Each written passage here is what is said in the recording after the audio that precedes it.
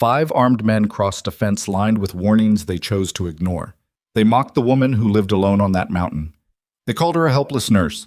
They spray-painted her walls, slaughtered her wildlife, and dared her to do something about it. 72 hours later, all 5 vanished without a single gunshot fired.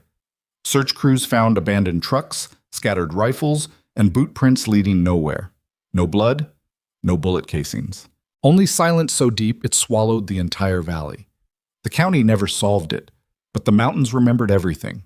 If you're hooked and want to follow this story all the way to the end, hit that like button, subscribe, and drop a comment telling me which city you're watching from so I can see just how far this story travels. The last light of November bled across the frozen ridgeline of the Blackthorn Range in southern Colorado, painting the granite peaks a shade somewhere between rust and dried blood. Wind pushed hard from the northwest, bending the tops of lodgepole pines until they groaned like old bones. At 7,200 feet of elevation, the air was thin enough to punish anyone who didn't respect it and cold enough to kill anyone who forgot where they were. Claire Bennett stood on her front porch with a mug of black coffee she hadn't touched in 20 minutes. Steam had long stopped rising from it. She didn't notice. Her eyes tracked a line of fresh tire marks cutting across the frozen meadow 300 yards below the cabin, a meadow that sat well inside her property boundary. The tracks carved through a section of fence she'd repaired twice in the past 6 weeks. She set the mug down on the porch railing without looking at it and walked inside. The cabin was sparse, pine walls darkened by wood smoke, a single couch facing a stone fireplace, a small kitchen counter cluttered with topographic maps, a handheld radio scanner, and 3 spiral notebooks filled with handwriting so precise it looked printed. On the far wall, a corkboard held dozens of photographs, each one labeled with dates, GPS coordinates, and short descriptions written in black ink. Claire pulled a binder from the shelf beside the fireplace and opened it to the latest entry. She wrote the date, the time, the approximate tire width, and the direction of travel. Then she added a single line at the bottom. 3rd incursion this month. Same vehicle profile. Southeast entry through the broken gate at marker 9. She closed the binder, placed it back on the shelf, and returned to the porch. The coffee was cold. She drank it anyway. So, Claire had purchased the ranch 4 years earlier through a private land trust, paying cash from savings she never talked about. The property covered just under 1,100 acres of high-altitude wilderness, stretching from the valley floor to the upper ridgeline of Blackthorn Peak. Most of the land was dense forest, Douglas fir, Engelmann spruce, patches of aspen that turned the mountainside gold every October. The southern boundary ran along Elkhart Creek, a narrow but fast-moving stream fed by snowmelt that never fully dried up, even in August. The nearest town was Ridgehaven, population 800 and shrinking. It sat 14 miles down a gravel county road that turned to mud every spring and ice every winter. Claire drove into town once a week for supplies, fuel, canned goods, ammunition for the .308 bolt-action rifle she kept in a locked case beside her bed. She spoke to people when spoken to, smiled politely, and never lingered. The locals had pieced together a rough biography over the years, mostly from small talk at the hardware store and the post office. She was a former nurse. She'd served overseas, something medical, maybe military, they weren't sure. She didn't wear jewelry, didn't drink at the bar, didn't attend town meetings. She kept the property clean, maintained the fences, paid her taxes on time, and asked nothing from anyone. Most people in Ridgehaven liked her well enough. A few thought she was strange. Nobody thought she was dangerous. The problem started the previous spring.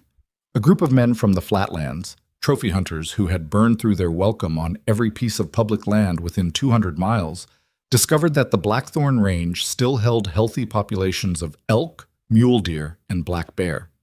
State wildlife records showed the area as one of the last refuges for a small but growing herd of Rocky Mountain bighorn sheep, a species that had been hunted nearly to extinction in the region decades ago. The men didn't care about any of that. They cared about antlers, pelts, and the thrill of killing something rare enough to brag about. Their leader, if you could call him that, was a man named Dale Sutton. Mid-40s, wide across the shoulders, with a sun-cracked face and hands that looked like they'd spent more time gripping rifle stocks than anything productive. Dale owned a small excavation company in the lowlands that survived mostly on subcontracts he underbid and underdelivered. He had 2 DUIs on his record, a restraining order from an ex-wife he liked to joke about, and a reputation among other hunters as the kind of man who shot first and counted tags never. Dale's crew rotated, but the core group stayed consistent. There was Ray Phelps, a wiry mechanic who had done 18 months in county for assault and never stopped being angry about it. Tommy Wardell, barely 23, who followed Dale around like a dog that had been kicked too many times to leave. A heavy-set man everyone called Briggs, no one used his first name and no one asked, who handled the butchering and the hauling.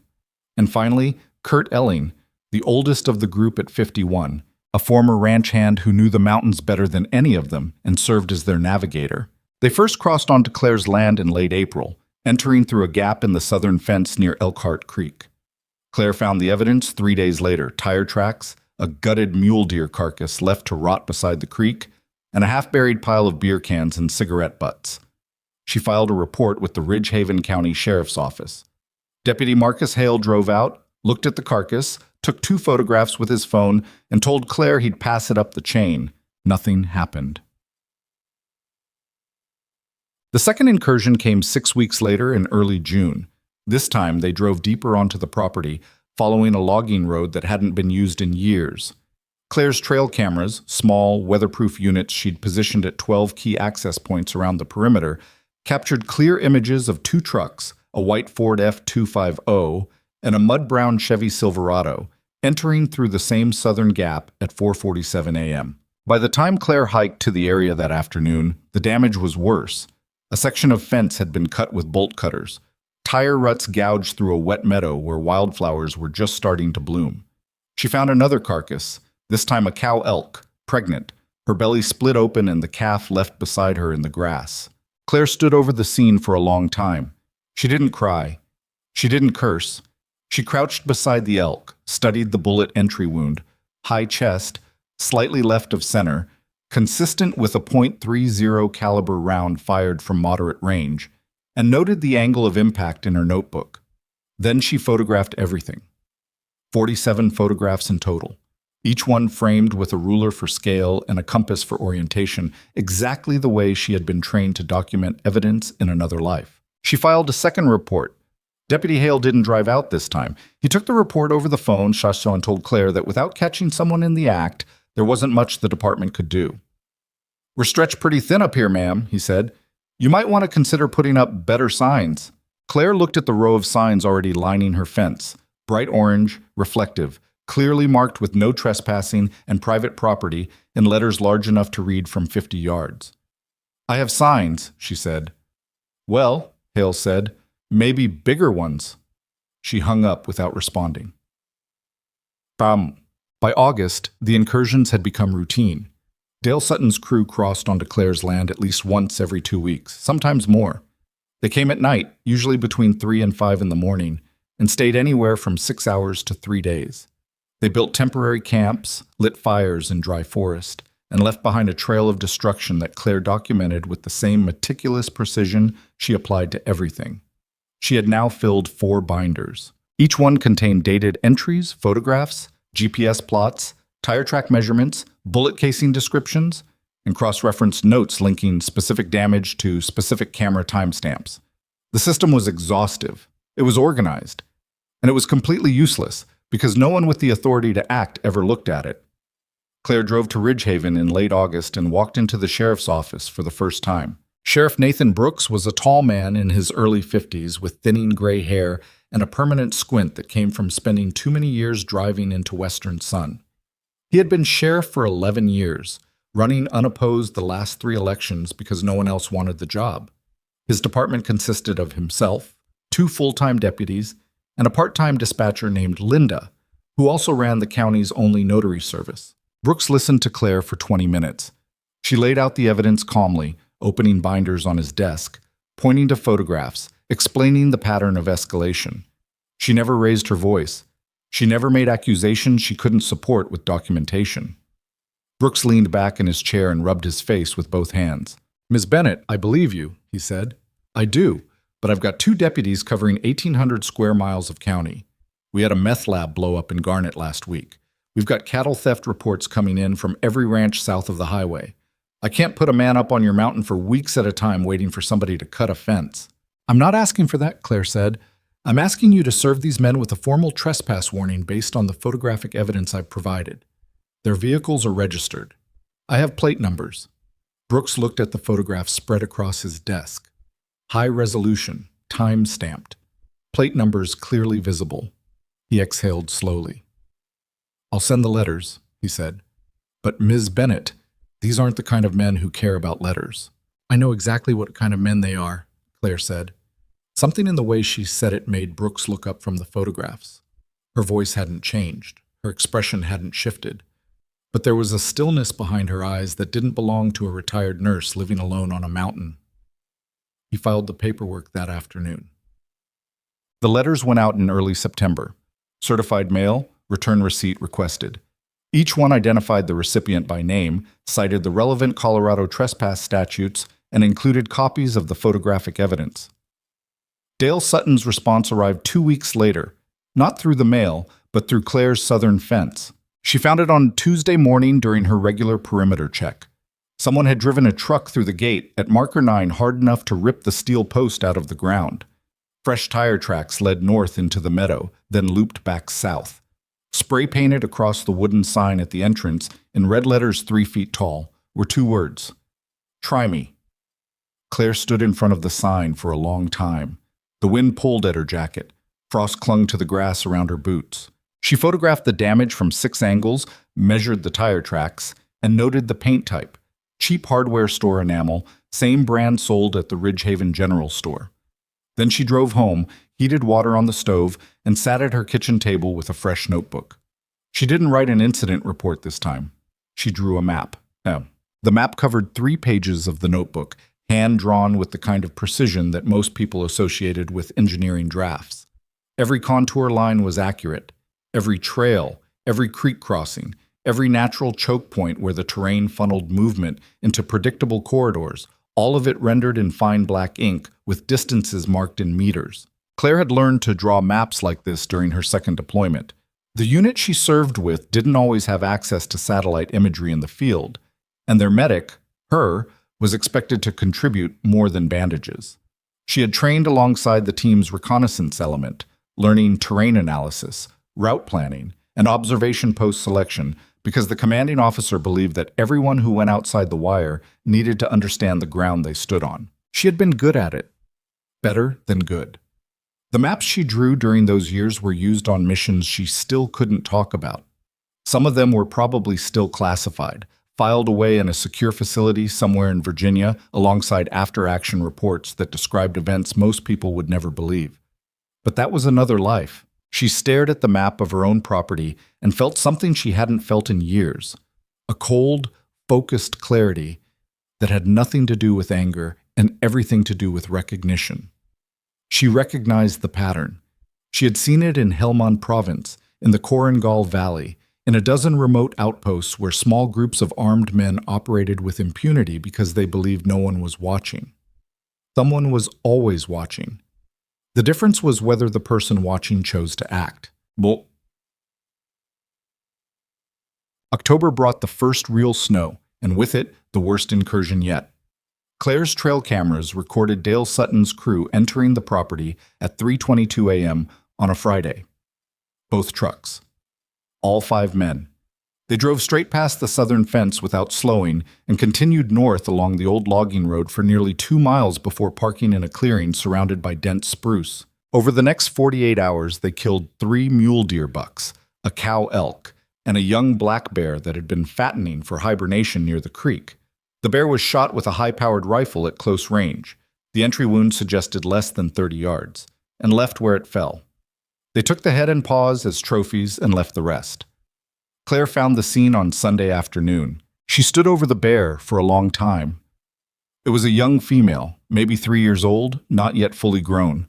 The fur along her back was thick and dark, almost black, already dense with the undercoat she would have needed to survive the winter. Her eyes were open. Flies had already found the wound. Claire crouched beside the animal and placed her hand flat against its shoulder. The body was cold and stiff. She could feel the texture of the fur against her palm, each individual hair standing rigid in the mountain air. She stayed like that for almost a minute. Then she stood, pulled out her camera, and began documenting. The confrontation she had been avoiding came on the last Saturday of October. Claire was checking the trail camera at Marker 4, a unit mounted 8 feet up on a spruce tree overlooking the main access point from the county road, when she heard engines approaching. 2 trucks, moving fast, no attempt at stealth. She didn't run. She didn't hide. She stepped off the trail and stood beside a fallen log where she had clear sight lines in 3 directions, her hand resting on the canister of bear spray clipped to her belt. The white F250 came around the bend first, followed by the brown Silverado. They spotted her immediately. Brake lights flared. Doors opened. Dale Sutton stepped out of the lead truck wearing a camo jacket and a ball cap pulled low over his eyes. Ray Phelps climbed out of the passenger side, a cigarette between his lips. The others stayed in the second truck, but Claire could see them watching through the windshield. Dale walked toward her with the casual stride of a man who had never been afraid of anything in his life and didn't plan to start now. "Well," he said, stopping about 15 feet away. "The letter-writing lady." Claire didn't respond. "Got your little certified mail," Dale continued, hooking his thumbs into his belt loops. "Real official, real scary. You got a lawyer up here too, or just a bunch of cameras and a mailbox?" "You're on private property," Claire said. Her voice was level. No inflection, no tremor. "Again." "Yeah?" Dale glanced around theatrically, then looked back at her. "Don't see no fence here." "The fence you drove through is 400 meters south," Claire said. "The one you cut is 600 meters southeast. Both are documented. You're being recorded right now." Dale's grin flickered. He looked up at the trees, scanning for cameras. He didn't find the one mounted above him because Claire had positioned it to look like a natural knot in the bark. "Lady, let me explain something to you." Dale took a step closer. Ray Phelps moved to the right, flanking slightly, a habit that looked practiced. "These mountains were open range before you showed up with your money and your signs. My family's been hunting this ridge for 30 years. You think a piece of paper from the county changes that?" "Your family doesn't own this land," Claire said. "I do. Colorado Revised Statutes 18-4-5, 04 through 504.5. Criminal trespass in the first degree. You've been formally warned. Every entry after that warning constitutes a separate offense." Dale stared at her. The grin was gone now. "You memorize the statute number," he said slowly. "I memorize everything," Claire said. Silence held between them for 3 full seconds. Wind moved through the trees above. Ray Phelps shifted his weight and flicked his cigarette into the dirt. Then Dale laughed. Not a real laugh. A performance, loud and harsh, designed to reclaim the power he felt slipping away. "Fellas," he called back to the trucks without turning around. "The nurse memorized the law. Ain't that something?" Tommy Wardell's thin laugh echoed from the Silverado. Briggs said nothing. Dale leaned forward slightly. When he spoke again, his voice was lower, quieter. "The performance was over. You file another report, and I'll make sure you regret it. You understand me? I don't care how many cameras you got. I don't care what statute you memorized. You're one woman on a mountain, and there are 5 of us. Think about that real hard before you pick up that phone again." Claire looked at him without blinking. Her hand hadn't moved from the bear spray. Her breathing hadn't changed.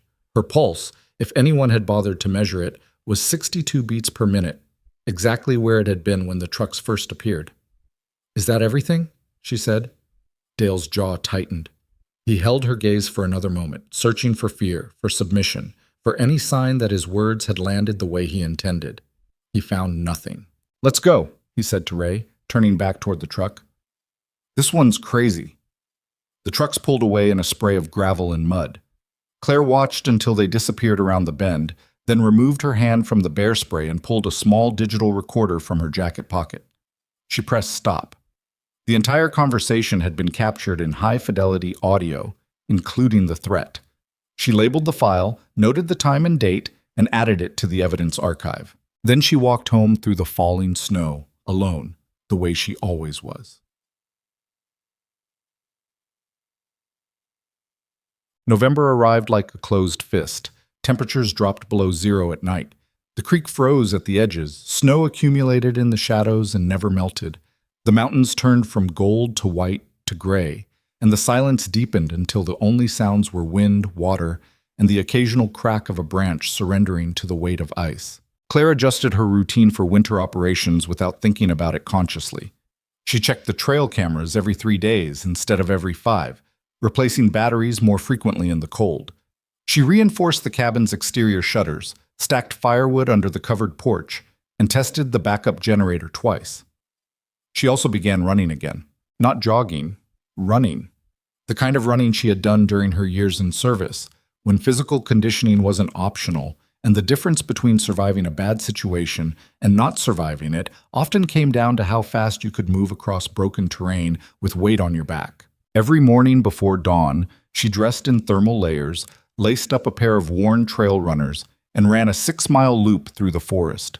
The route climbed 1,200 feet of elevation through dense timber, crossed 2 exposed ridgelines, and dropped back down through a rocky drainage that required careful footing even in dry conditions.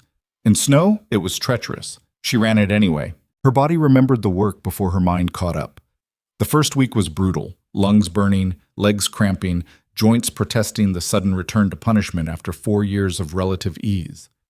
By the 3rd week, the pain had faded into the familiar background hum of maintained fitness, and her mile times had dropped to something that would have satisfied most of her old instructors. She didn't ask herself why she was training. She already knew. Right. The night of November 14th changed everything.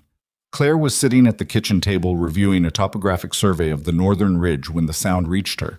Engines, multiple, approaching from the south. She glanced at the clock on the wall. 11:47 p.m. She turned off the kitchen light and moved to the front window. Headlights appeared at the bottom of the access road, bouncing and swaying as 2 vehicles climbed the rough terrain toward the cabin. They weren't trying to be quiet. High beams cut through the darkness like searchlights, sweeping across the tree line on either side of the road. Claire's hand found the radio scanner on the counter. She turned it on and cycled through the local frequencies. Nothing. These men weren't using radios, which meant they were either too stupid to coordinate or too confident to bother. She watched the trucks pull into the clearing in front of the cabin. The same white F-250 and brown Silverado she had photographed dozens of times. Doors opened.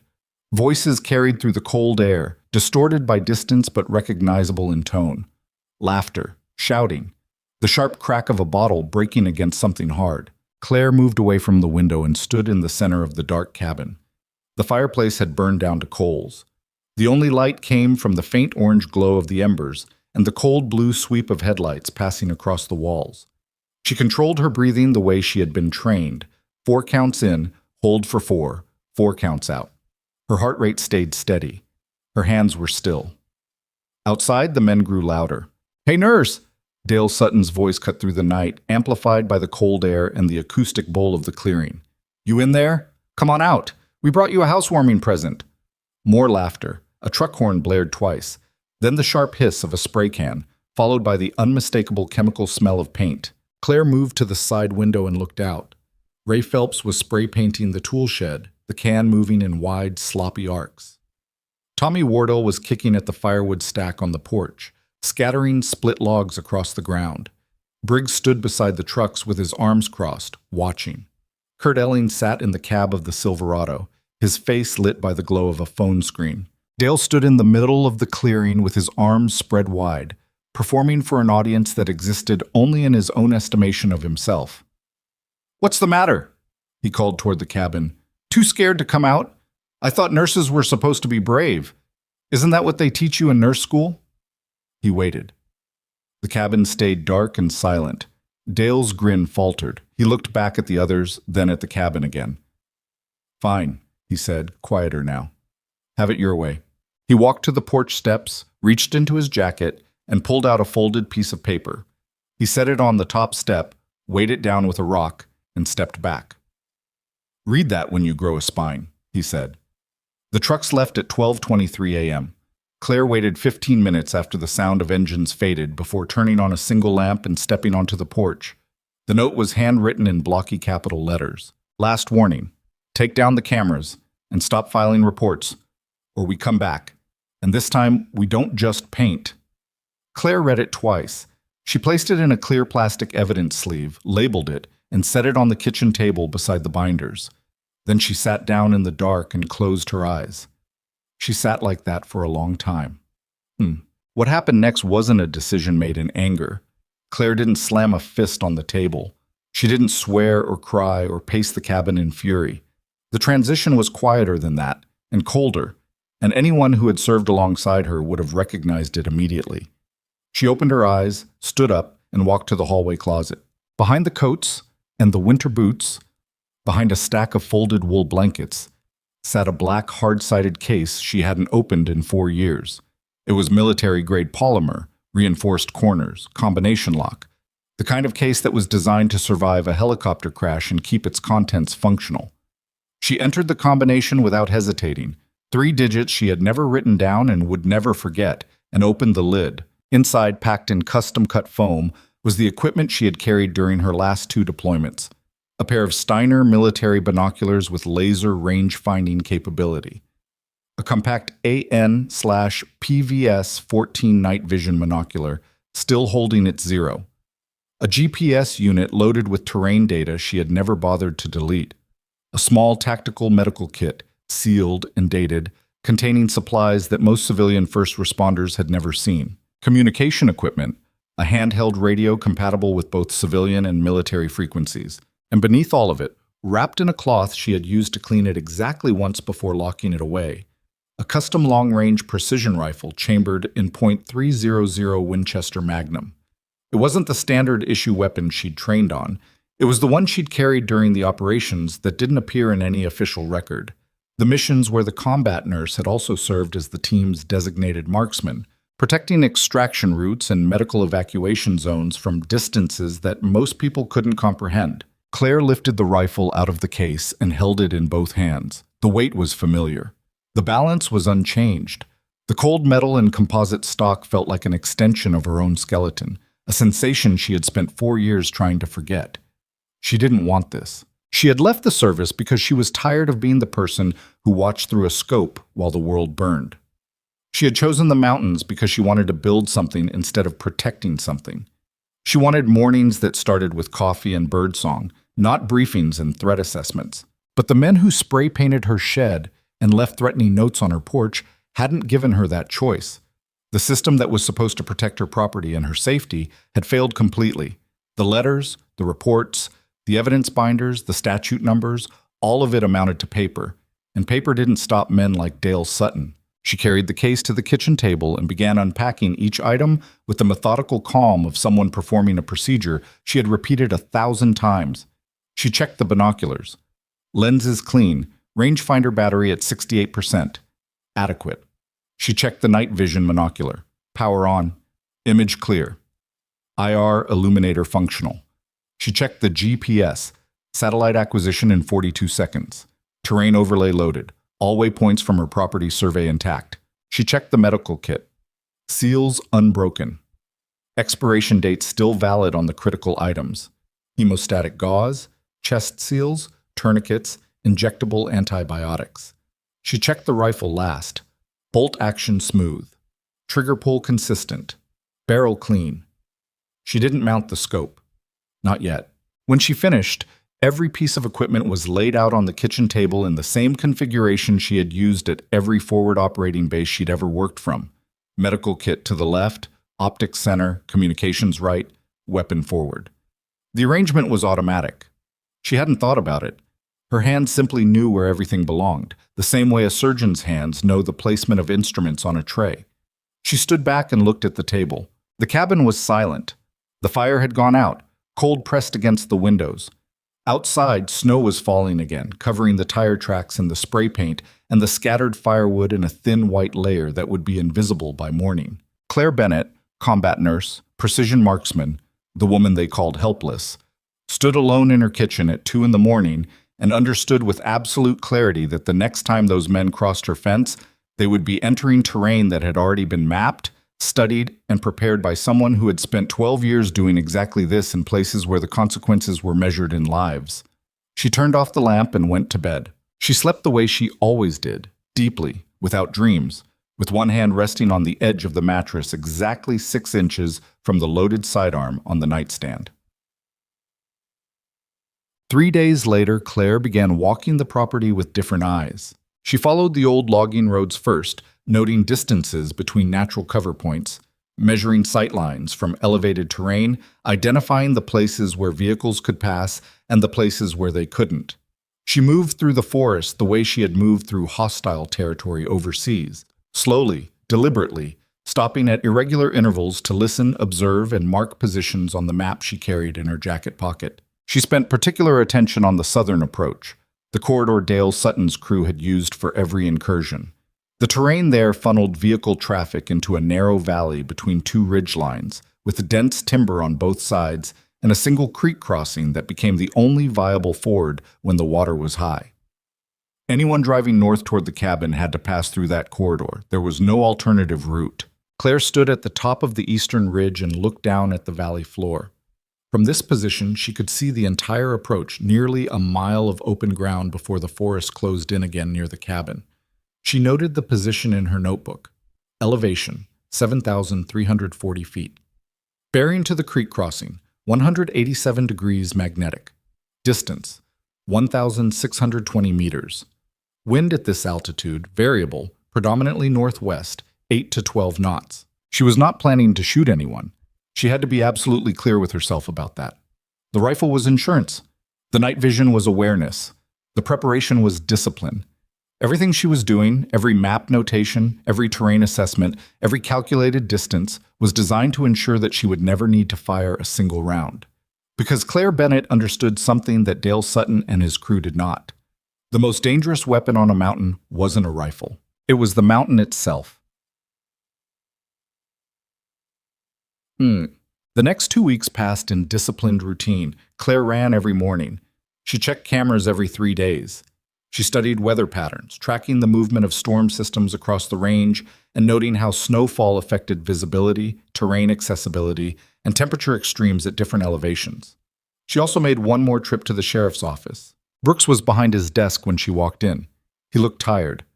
The meth lab situation in Garnet had escalated into a multi-county investigation, and one of his deputies had been reassigned to assist state police with a fatal highway accident south of the county line. He was operating with a skeleton crew and looked like he knew it. "Ms. Bennett," he said, gesturing to the chair across from his desk. "What can I do for you?" Claire placed a USB drive on his desk. "That contains copies of everything I've documented since April," she said. 214 photographs, 16 audio recordings, including a direct verbal threat made by Dale Sutton on October 28th. GPS coordinates for every incursion. Tire track analysis matching registered vehicles to specific entries, and a copy of the written threat left on my property on November 14th.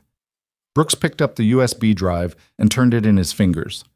"You've been busy," he said. "I've been thorough," Claire said. "I'm also informing you that I intend to remain on my property for the duration of the winter season and that I will continue to document any trespassing activity that occurs. I am not leaving." Brooks looked at her for a long moment. "Nobody's asking you to leave, Ms. Bennett." "Dale Sutton is." Brooks set the USB drive down and leaned forward. "Listen, I sent those letters. I filed the reports. I've done what I can do within the law. If Sutton or any of his people set foot on your property again and you can get me real-time notification, I will send a deputy, but I can't station someone up there permanently. I don't have the manpower, and I don't have the budget." "I understand," Claire said. "I'm not asking for protection, Sheriff. I'm creating a record." She stood up, collected her keys from the desk edge, and walked toward the door. "Ms. Bennett." She stopped but didn't turn around. "You were military," Brooks said. It wasn't a question. Claire turned her head slightly. "I was a nurse." "That's not what I asked." She looked at him over her shoulder. The same stillness he had noticed before was there again, deeper now, like looking into water that was clear on the surface but dropped to an unknown depth below. "Yes," she said simply. "I was military."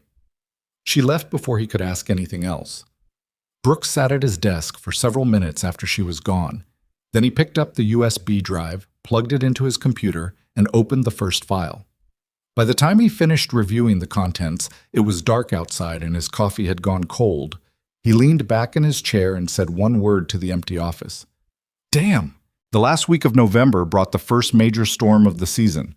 18 inches of snow fell in 36 hours. burying the access road and turning the county highway into a treacherous sheet of compacted ice. The temperature at Claire's cabin dropped to 22 below zero at night, cold enough to freeze exposed skin in minutes and kill an unprepared person in hours. Claire sat by the fireplace reading a battered paperback she'd read 3 times before, when the motion sensor on the southern perimeter triggered an alert on her phone. She set the book down and opened the camera feed. 2 sets of headlights, moving north through the storm. Slow but deliberate, the trucks grinding through deep snow with chains on their tires, pushing toward her property line with the mindless determination of men who had convinced themselves that nothing on this mountain could touch them. Claire watched the feed for 30 seconds. She noted the time, 9:14 p.m., and the direction of approach. Then she closed the app, picked up the phone, and dialed the sheriff's office. The answering machine picked up. Linda was off duty. The deputies were on calls. Nobody was coming. Claire set the phone down. She stood up slowly, crossed the room, and placed her hand flat on the black case sitting on the kitchen table. The polymer was cold under her palm. The combination lock gleamed faintly in the firelight. Outside, the storm howled against the cabin walls, and somewhere in the darkness below, 2 trucks full of men who had mistaken silence for surrender pushed closer through the snow. Unaware that the woman they had threatened, mocked, and dismissed was standing in her kitchen with 12 years of combat experience laid out on the table in front of her, and a map of every inch of the mountain they would have to cross to reach her. The fire crackled. The wind screamed. The snow erased everything. And Claire Bennett opened the case. She didn't rush. That was the thing about Claire Bennett that nobody in Ridgehaven would ever understand, because nobody in Ridgehaven had ever watched her work under real pressure. The storm was howling. The trucks were pushing through the snow toward her fence line. The answering machine at the sheriff's office was still recording dead air. And Claire stood in her kitchen with the case open in front of her, breathing the same way she'd breathed during 100 other moments exactly like this one. Slowly, evenly, as though the world had agreed to wait for her. She lifted the night vision monocular first, pressed the power button with her thumb.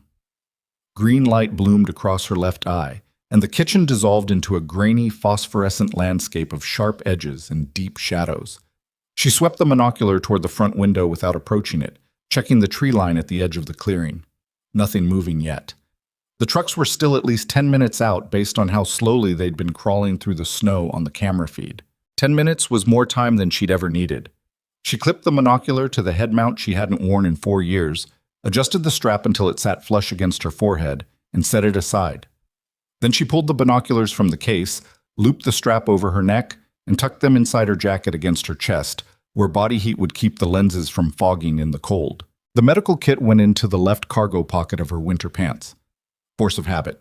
Always left side, always accessible with the non-dominant hand, always packed so that the tourniquet sat on top because tourniquet saved more lives in the first 30 seconds than anything else in the bag.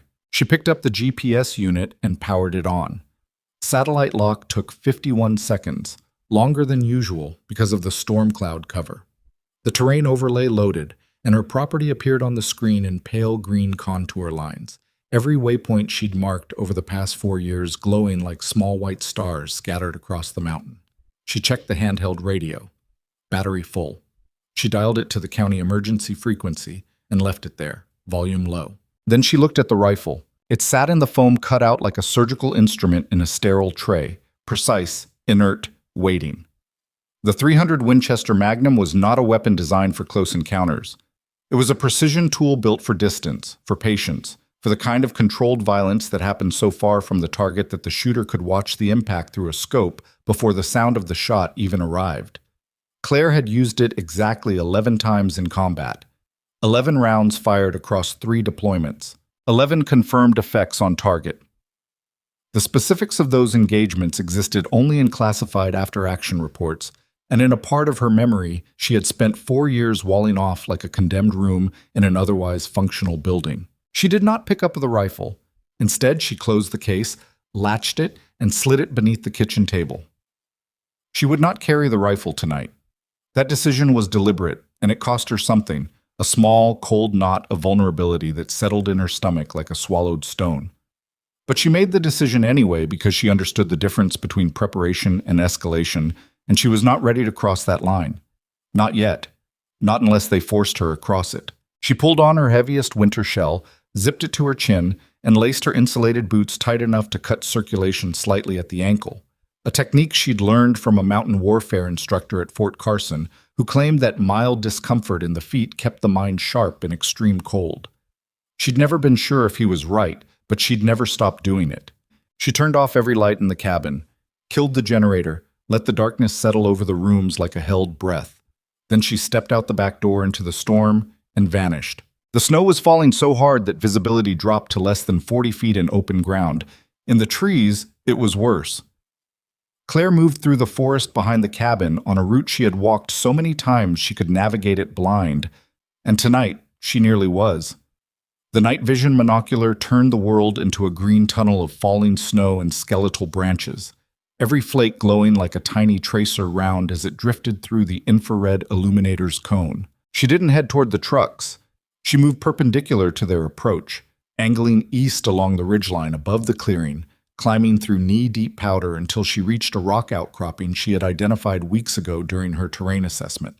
The position offered a clear view of the cabin, the clearing, and the access road below, a natural observation post with overhead cover from a granite overhang, and enough depth to conceal a prone figure from anyone looking up from the valley floor. Claire settled into the position the way a key settles into a lock. Her body folded into the rock and snow without conscious effort. Weight distributed evenly, elbows braced, binoculars already raised before she'd finished adjusting her breathing. Muscle memory was a strange thing. 4 years of civilian life, of morning coffee and fence repair, and long, quiet evenings with nothing more dangerous than a wood stove, and her body still remembered exactly how to disappear into terrain. She waited. The cold found her within minutes. It came through the rock first, seeping through her jacket and pants where her body pressed against the granite. Then it found the gaps, the narrow space between her gloves and her sleeves, the thin strip of exposed skin between her collar and her hat, the air she inhaled that burned going down and came out as vapor that froze on her eyelashes. She ignored it the way she'd been trained to ignore it. Cold was a fact, not an emergency. It would become dangerous in approximately 90 minutes at this temperature and wind speed, assuming she remained stationary. She had no intention of staying that long. At 9:38 p.m., headlights appeared at the bottom of the access road. They came the same way they always came, loud, careless, radiating the confidence of men who had never encountered a consequence they couldn't bully their way past. The white F-250 led, its high beams cutting pale tunnels through the blizzard. The brown Silverado followed 20 yards behind, fishtailing slightly on the steep grade where the road curved around a stand of dead aspens. Claire watched through the binoculars as the trucks ground their way up the access road, chains biting into packed snow, engines straining against the grade. She pressed the rangefinder button. The laser pulsed invisibly through the storm and returned a reading, 847 meters to the lead vehicle. She noted the number without writing it down. Some habits were too deeply ingrained to require a notebook. The trucks reached the clearing in front of the cabin at 9:51 p.m. They parked in the same configuration as before. F-250 facing the porch. Silverado angled to the right with its headlights illuminating the tool shed. Doors opened. Figures climbed out, their shapes distorted by heavy coats and the green grain of night vision. Claire counted. One from the driver's side of the F-250. Dale Sutton. She recognized his build, the way he moved with that particular swagger that shorter men sometimes develop to compensate for height they don't lack. One from the passenger side. Ray Phelps, identifiable by the cigarette already glowing between his fingers despite the wind. Two from the Silverado. Tommy Wardell's thin frame was unmistakable. The other was Briggs, wide and slow, moving with the heavy deliberation of a man who never hurried because he'd never needed to. 4 men, not 5. Claire adjusted the binoculars and scanned the Silverado's cab. Empty. She swept the tree line behind the trucks, checking for a 5th figure on foot, possibly dropped off at the base of the road to approach from a different angle. Nothing. Kurt Elling was not with them tonight. She filed that detail and continued watching. Dale walked to the porch and kicked the front door with his boot. The sound reached Claire's position a fraction of a second after she saw the impact, a flat, heavy thud that echoed off the ridge behind the cabin. "Bennett!" His voice carried through the storm, ragged at the edges, stripped of the theatrical amusement he'd displayed during their previous encounter.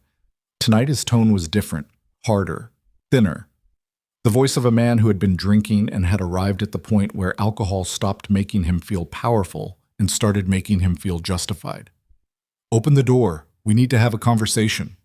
No response from the cabin. The windows were dark. The chimney was cold. Dale kicked the door again, harder this time. Then he tried the handle. Locked. "She's not here," Ray said from the bottom of the porch steps. He was looking at the driveway, or what passed for one, a flat area beside the cabin where Claire normally parked her truck. The truck was there, buried under 3 inches of fresh snow. "Truck's here, though." "Then she's hiding," Dale said. He pressed his face against the window beside the door, cupping his hands around his eyes. "Can't see nothing. It's pitch dark in there." "Maybe she's asleep," Tommy offered from beside the Silverado. His voice was higher than the others, wavering slightly. Tommy Wardell had never been comfortable with the nighttime visits.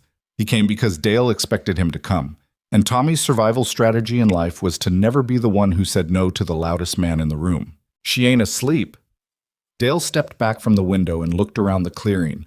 The snow was falling harder now, thick curtains of white that reduced the headlights to dull yellow smears. "She's watching. That's what she does. Watches and writes it down in her little notebooks." He said the word notebooks, the way some men say the names of people they can't forgive. "Dale," Briggs spoke for the first time, his deep voice cutting through the wind without effort. "It's 20 below. Storm's getting worse. Say what you came to say and let's go." "I came to say it to her face." "She's not coming out." "Then I'll leave her something she can't ignore." Dale walked back to the F250 and reached into the truck bed. He pulled out a red plastic fuel can, a 5-gallon jug, the kind sold at any gas station, and carried it toward the tool shed. From her position on the ridge, Claire watched through the binoculars as Dale unscrewed the cap and began pouring gasoline along the base of the shed's east wall. The liquid splashed against the wood and pooled in the snow, darkening it. The chemical smell wouldn't reach her at this distance, but she didn't need to smell it to understand what she was seeing. Her pulse rate increased for the first time all night. Not by much, 62 to 71, but enough for her to notice. She controlled it deliberately, extending her exhale count from 4 to 6, forcing her diaphragm to slow down and her heart to follow. She pulled the radio from her jacket and keyed the county emergency frequency. "Ridgehaven Dispatch, this is Claire Bennett, property owner at 14,700 Blackthorn Ridge Road. I have 4 male trespassers on my property. One is currently pouring an accelerant on my outbuilding. I am requesting immediate law enforcement response." Static. Then Linda's voice, groggy and confused. She must have been patched through from home. "Ms. Bennett, did you say, can you repeat that?" 4 armed trespassers. One is pouring gasoline on my property. I need a deputy now." A pause. Claire could hear Linda fumbling with something on her end. "Ma'am, both deputies are... Deputy Hale is on a call in Garnet, and Deputy Reese is stuck on the highway near mile marker 41. The roads are..." "I understand," Claire said. "Log this call. Time is 10:04 p.m. I am documenting everything." She released the transmit button and clipped the radio back to her jacket. Below, Dale had finished pouring the gasoline and was standing back from the shed, staring at it. He hadn't lit it. He stood there with the empty fuel can dangling from one hand, the lighter in the other, and even from 800 meters away, Claire could read his body language with the fluency of someone who had spent years studying human behavior through magnified optics. He was hesitating, not because of conscience. Dale Sutton's conscience had been eroded to nothing years ago. He was hesitating because somewhere in the reptilian math of his brain, a calculation was running. The difference between vandalism and arson, between a misdemeanor fine and a felony conviction, between the thrill of dominance and the reality of a prison cell. The calculation took 11 seconds. Dale put the lighter back in his pocket, dropped the fuel can in the snow, and walked back to the trucks. "We're done here," he said to the others. "For now." They left at 10:11 p.m. The tire tracks filled with snow almost immediately, as though the mountain itself was erasing the evidence of their presence. Claire stayed in her observation position for another 47 minutes, watching the access road for any sign of return. When she was satisfied they were gone, she climbed down from the ridge, crossed the clearing, and inspected the shed. The gasoline had soaked into the lower 18 inches of the east wall. The wood was dark and wet, reeking of petroleum. Claire photographed it from multiple angles, collected a sample of gasoline-saturated snow in a sealed plastic bag, and recorded a verbal narrative of everything she had observed, time-stamped, and GPS tagged. Then she went inside, rebuilt the fire, and sat at the kitchen table with the map she had drawn 3 weeks earlier. She studied it for 2 hours without moving. At some point past midnight, she picked up a red pencil and began marking positions. The next morning, Claire drove to Ridgehaven through roads that the county plow hadn't reached yet. Her truck, a 10-year-old Toyota Tacoma with all-terrain tires and a manual transmission, handled the conditions better than most vehicles, twice its price. She'd bought it for exactly this reason: reliability over comfort, function over appearance, the same philosophy she applied to everything. She walked into the sheriff's office at 8:17 a.m. and placed the sealed evidence bag on Brooks's desk before he'd finished his first cup of coffee.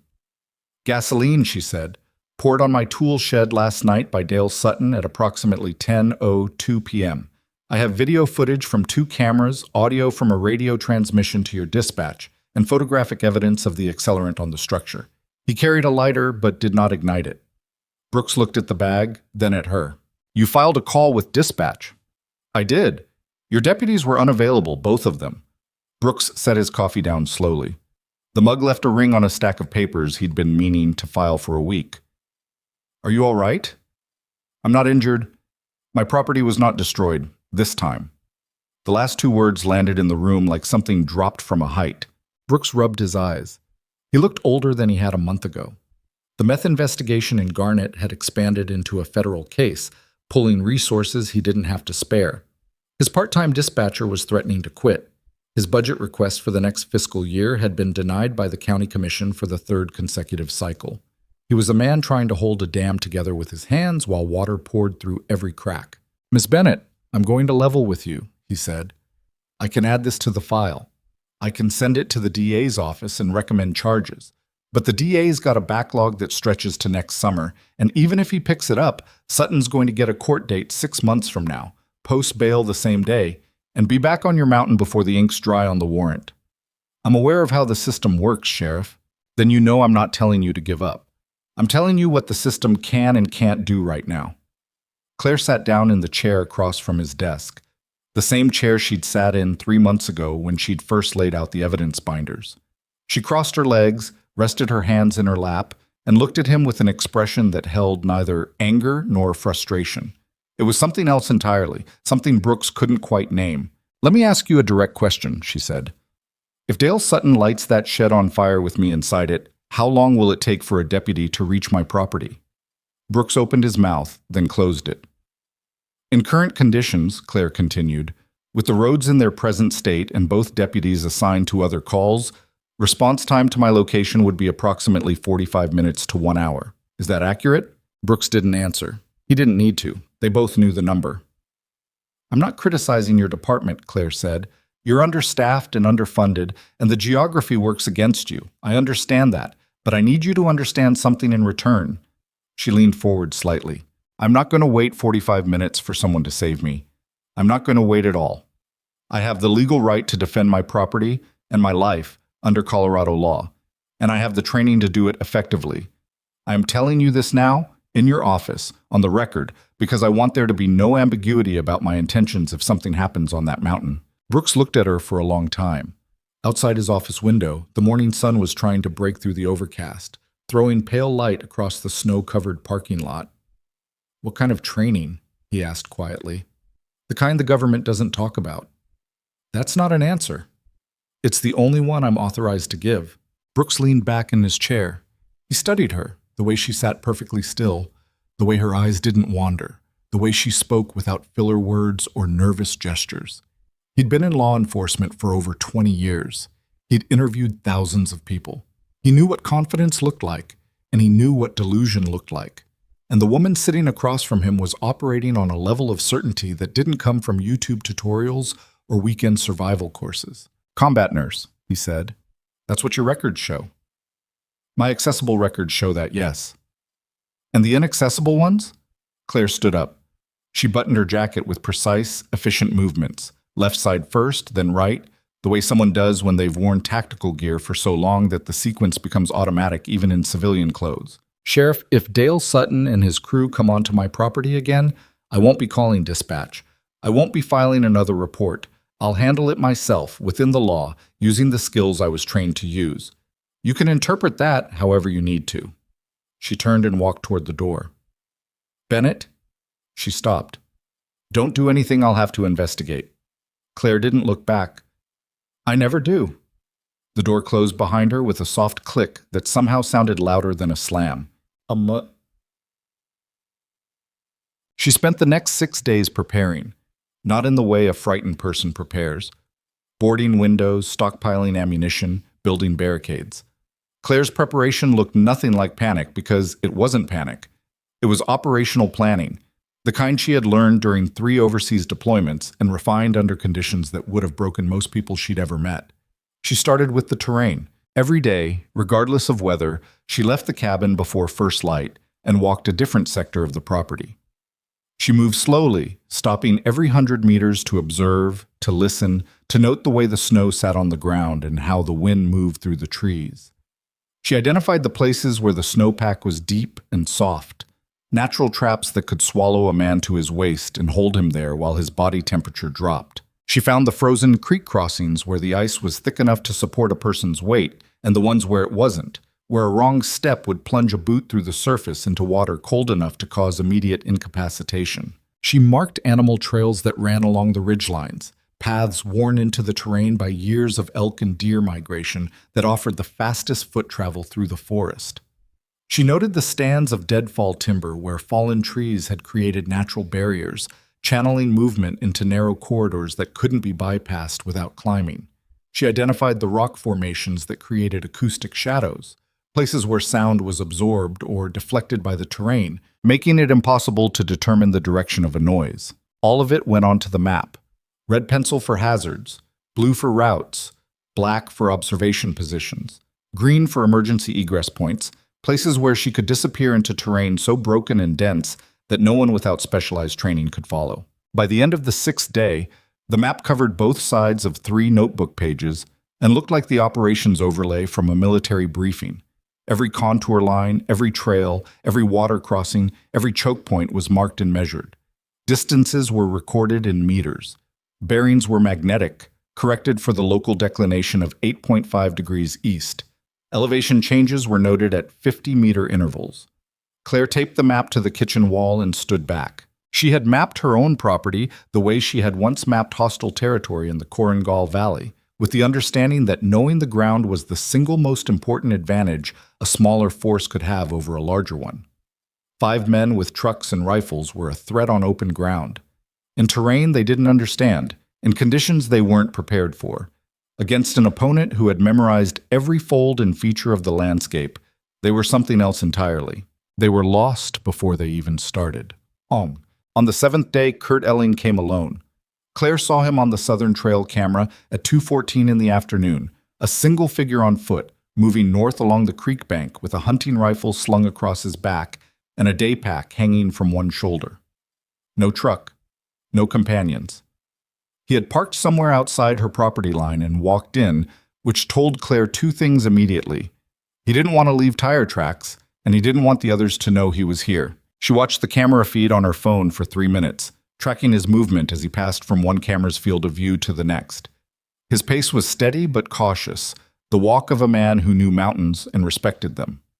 Unlike the others, Kurt Elling moved through terrain the way it demanded to be moved through, reading the snow surface for hidden obstacles, choosing his footing carefully, stopping at intervals to look and listen.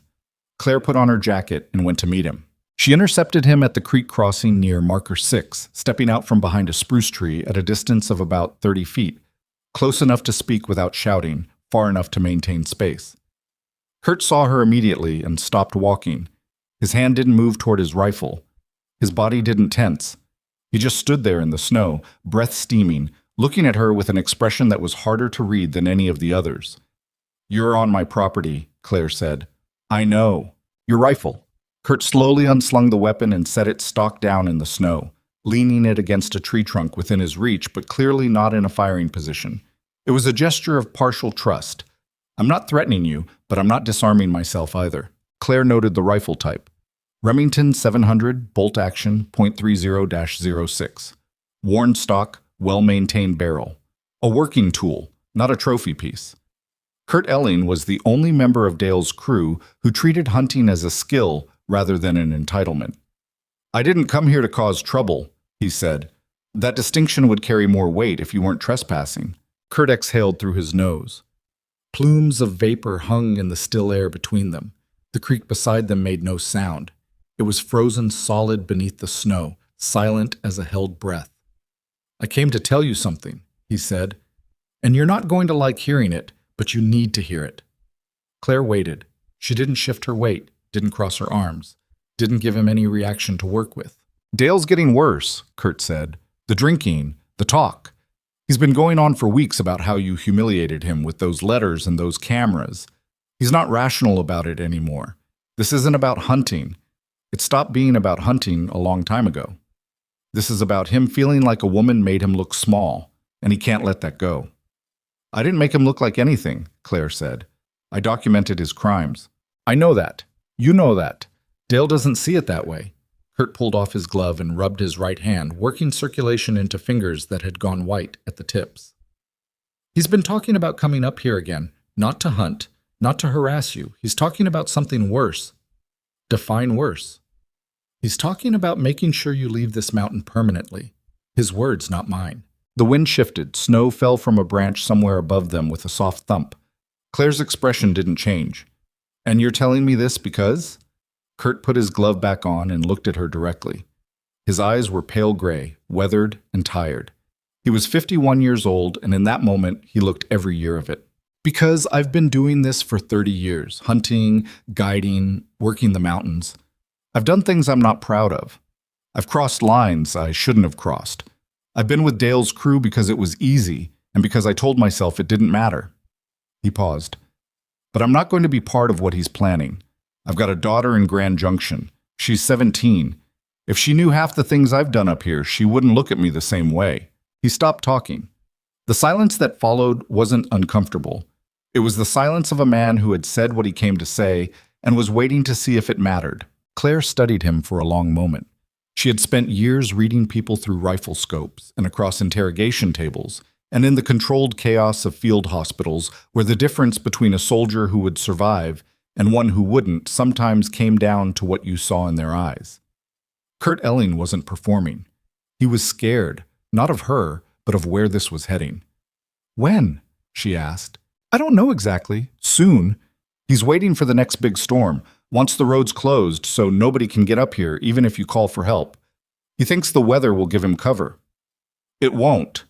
Kurt blinked. Something in her tone had shifted. Not louder, not harder, but focused in a way that reminded him of something he couldn't quite place. A predator locking onto movement. A scope settling onto a target. Something like that. What do you mean? He asked. I mean the weather won't give him cover. It will give me cover. Kurt stared at her. The creek was silent. The trees were silent. The mountain was listening. Who are you? He asked. The question came out barely above a whisper. I'm a nurse, Claire said. A nurse who's asking you to leave her property. Kurt picked up his rifle, slung it over his shoulder, and turned back the way he'd come.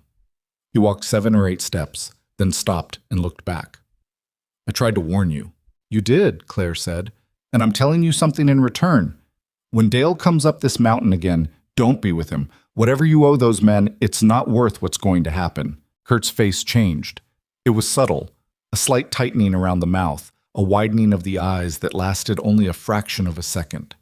But Claire saw it because she was trained to see everything, and what she saw was a man who had just understood that the woman standing in front of him was not afraid of 5 armed men driving through a blizzard toward her cabin.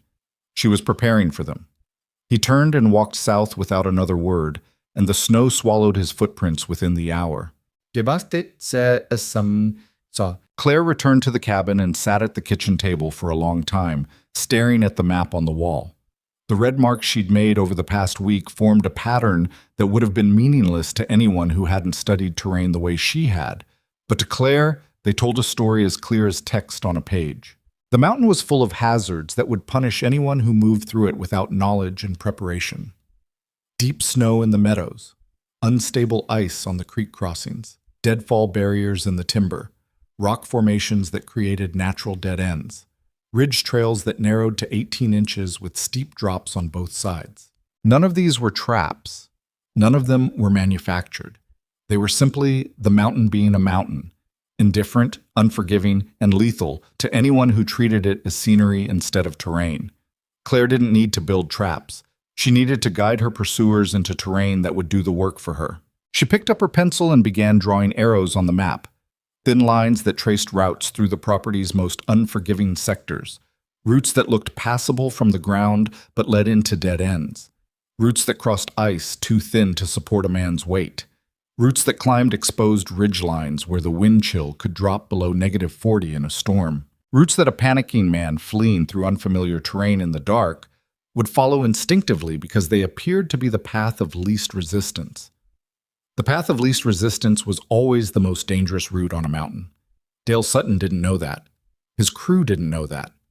They had hunted these mountains for 30 years without learning them, moving through the landscape the way tourists move through a museum, looking at everything, understanding nothing. Claire looked at the map and understood everything. 3 days later, the Weather Service issued a winter storm warning for the entire Blackthorn Range. 48 to 60 inches of snow expected over 4 days, with sustained winds of 35 miles per hour and gusts exceeding 60. Wind chill warnings for temperatures below -30. The forecast called it a once-in-a-decade storm system, and the county road department announced preemptive closures for all unpaved mountain roads above 6,000 feet. Claire read the forecast on her phone, standing in the kitchen with a cup of coffee she'd just poured. She read it twice, set the phone down, and looked at the map on the wall. This was it. This was the storm Dale was waiting for. She spent the rest of that day in preparation so focused and efficient that an observer would have mistaken it for routine. She topped off the generator's fuel tank, staged firewood inside the cabin, enough for 4 days without going outside, filled every available container with water in case the pipes froze, tested every piece of equipment in the black case one more time: binoculars, night vision, GPS, radio, medical kit. She checked each trail camera battery and replaced 3 that were below 50%. She walked the southern perimeter one final time, confirming that every access point was monitored and that every camera's field of view overlapped with at least one other. Then she did something she hadn't done since her last deployment. She sat down with a blank sheet of paper and wrote a contingency plan. The military called it a PACE plan: primary, alternate, contingency, emergency. 4 nested layers of response, each one designed to activate when the previous layer failed, each one accounting for variables that the previous layer didn't cover. Primary: observe and document. Allow the trespassers to enter the property. Record everything. Report to law enforcement. Do not engage. Alternate: if trespassers approach the cabin or attempt to cause structural damage, evacuate to observation position, Alpha on the eastern ridge.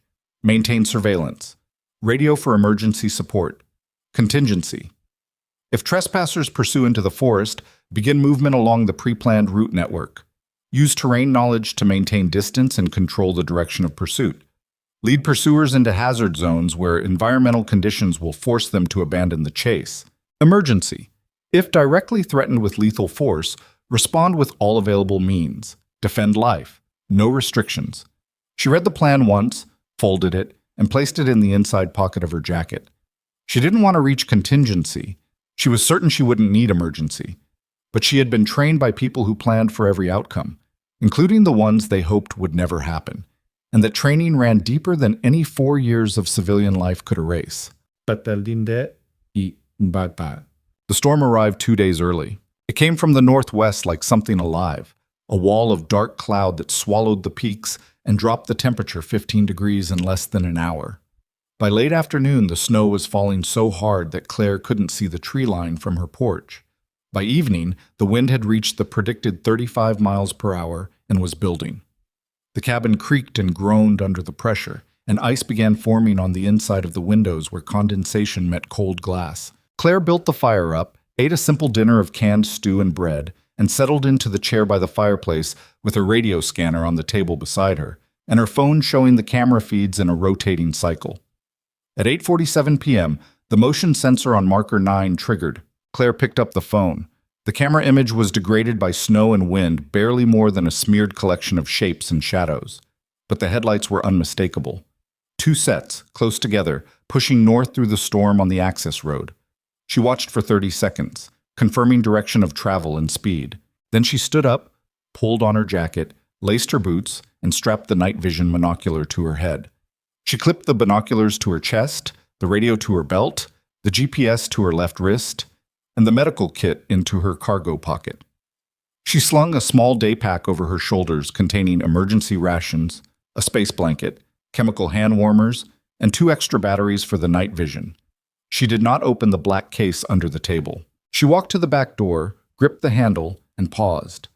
The cabin was warm. The fire was strong. The chair by the fireplace still held the shape of her body. Everything she wanted from life was contained in this small space. Warmth, quiet, solitude, the peace she had spent 4 years trying to earn. Behind her, through the walls and the storm and the dark, 5 men, or 4, if Kurt had listened, were driving toward this place with intentions they had made unmistakably clear. They were coming to take from her the only thing she had left, not the property, not the fences, not the tool shed. They were coming to take the feeling of safety she had built board by board, camera by camera, mile by mile, on a mountain she had chosen precisely because she thought she could be left alone here. Claire opened the door and stepped into the storm. The wind hit her like a fist. Snow drove horizontally across the clearing, stinging exposed skin, reducing the world to a white roar of sound and motion. The temperature was somewhere around -18, but with the wind chill it felt like 40 below. She pulled the night vision monocular down over her left eye and started moving. From the ridge she watched them arrive. 2 trucks. 4 men. Kurt Elling had listened. They pulled into the clearing at 9:19 p.m. and sat in the trucks for several minutes, engines idling, headlights burning through the snow.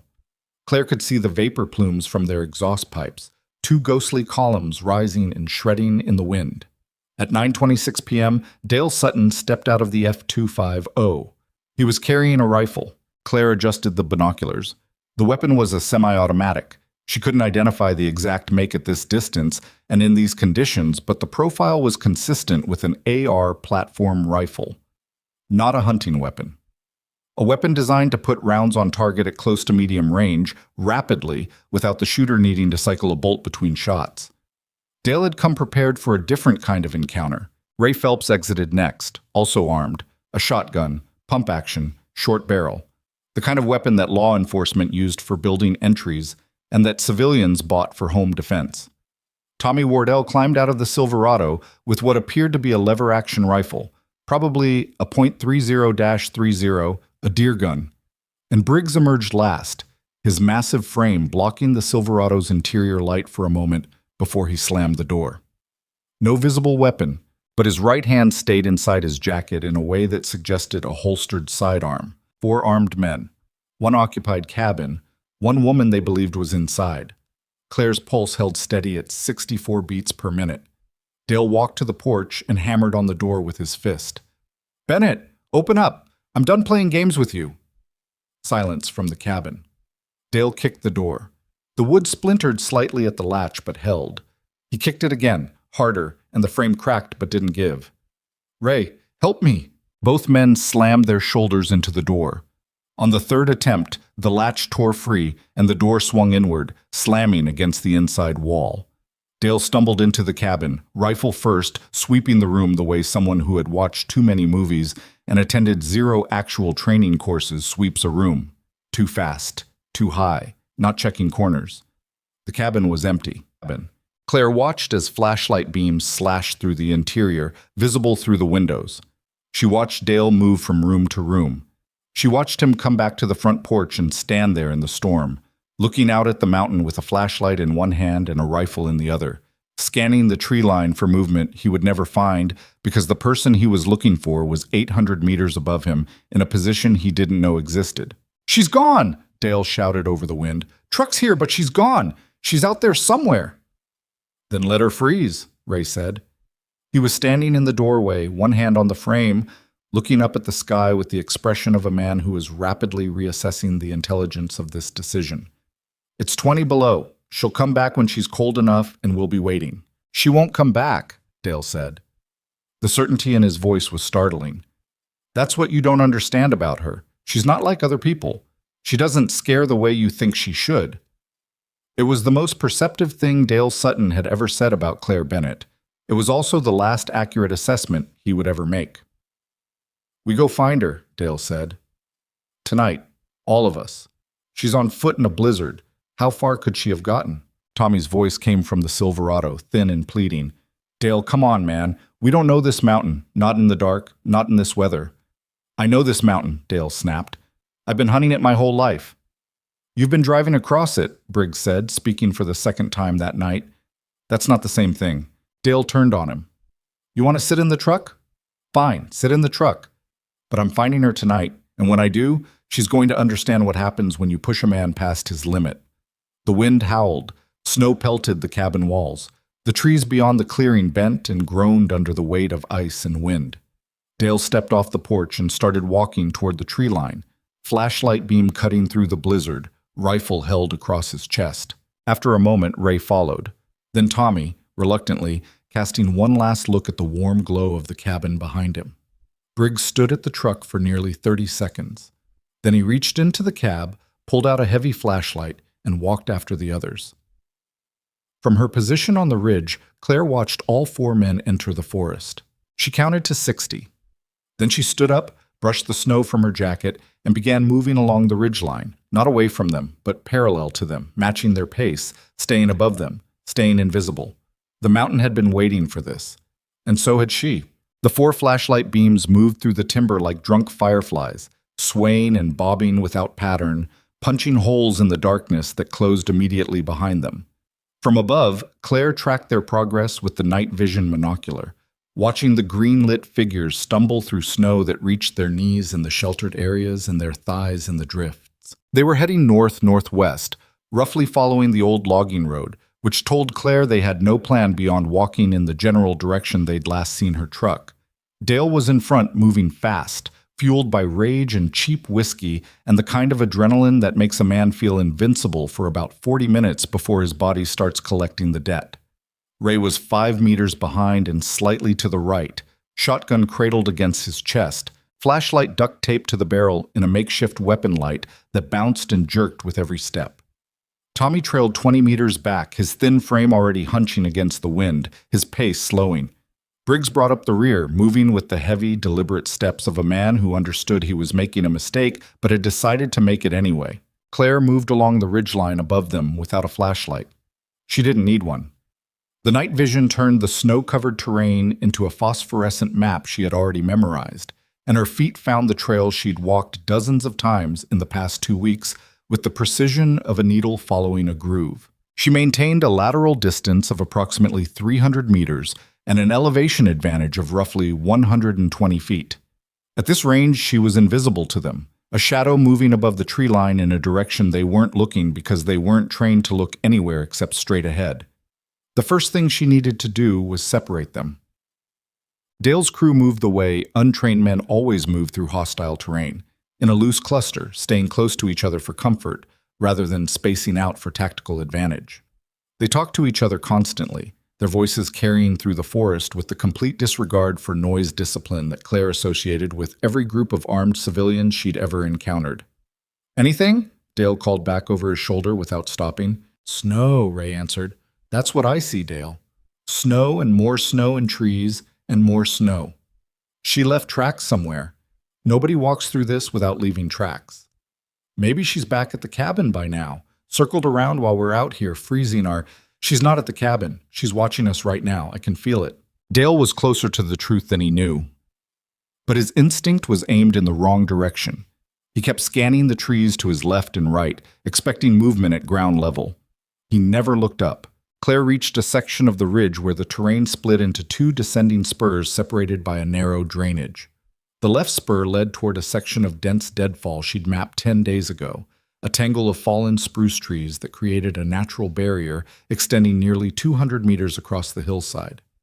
Anyone approaching from below would hit the barrier and have two choices: climb over it, which was slow and exhausting, or detour around it, which would push them west toward the unstable creek crossing at marker 11. The right spur descended into open meadow, a wide, exposed bowl of snow that looked inviting and easy to cross. It was neither. The meadow sat in a wind funnel between two ridge lines, and in a storm like this, the wind chill in that bowl would be catastrophic. Worse, the snow in the meadow was deceptively deep. What appeared to be a flat surface was actually a series of buried terrain features: rocks, stumps, drainage channels, covered by 4 to 5 feet of powder that would trap anyone who tried to cross it without snowshoes. Claire needed the men to split. She needed some of them to go left and some to go right, because a group of 4 men was harder to manage than 2 groups of 2. Separated, confused, and cold, they would make worse decisions. And worse decisions in this terrain meant the mountain would do what the mountain always did to people who disrespected it. She picked up a rock the size of her fist from the exposed granite at the ridge crest. She hefted it once, feeling the weight, then threw it in a high arc toward the deadfall barrier on the left spur. The rock sailed through the darkness, invisible, and landed in the tangle of fallen trees with a sharp crack that echoed across the slope. Below her, all 4 flashlight beams snapped toward the sound. "What the hell was that?" Tommy's voice, high and tight. "Over there." Dale swung his rifle toward the deadfall. "She's over there, in the trees." "That could have been anything," Ray said. "Branch breaking, animal, anything." It wasn't a branch. Dale was already moving toward the sound, pushing through the snow with renewed energy. "Come on, she's close." "Dale, wait." But Dale wasn't waiting. He plunged into the timber on the left slope, heading directly toward the deadfall barrier, and Ray followed because Ray always followed. Tommy and Briggs stopped. Claire watched them through the monocular. Tommy was looking at the direction Dale and Ray had gone, then back at the open meadow to the right, then back at the timber. His flashlight beam jerked between the 2 options like a compass needle near a magnet. "We should stay together," Tommy said. Briggs didn't respond. He was looking at the meadow. From his position, it would appear to be the easier route. Open ground, no obstacles, a clear path north. Everything about it said safe. Everything about it was wrong. "Briggs, we should stay with Dale." "Dale's going to get himself killed in that deadfall," Briggs said quietly. It was the most words Claire had heard him speak in a single sentence. "Meadow's faster. We can cut around and meet them on the other side." "I don't know, man. I don't like splitting up." "Then go with Dale." Briggs started walking toward the meadow. Tommy stood alone in the snow for almost 15 seconds, a tiny figure caught between 2 bad options, his flashlight beam trembling. Then he turned and followed Briggs. Claire counted to 10, 2 and 2, left and right, exactly where she needed them. She moved along the ridge crest toward a position that would let her monitor both groups simultaneously. The wind was picking up, 40 miles per hour now, gusting higher, and the snow was falling so thick that even the night vision was struggling to resolve images beyond 300 meters.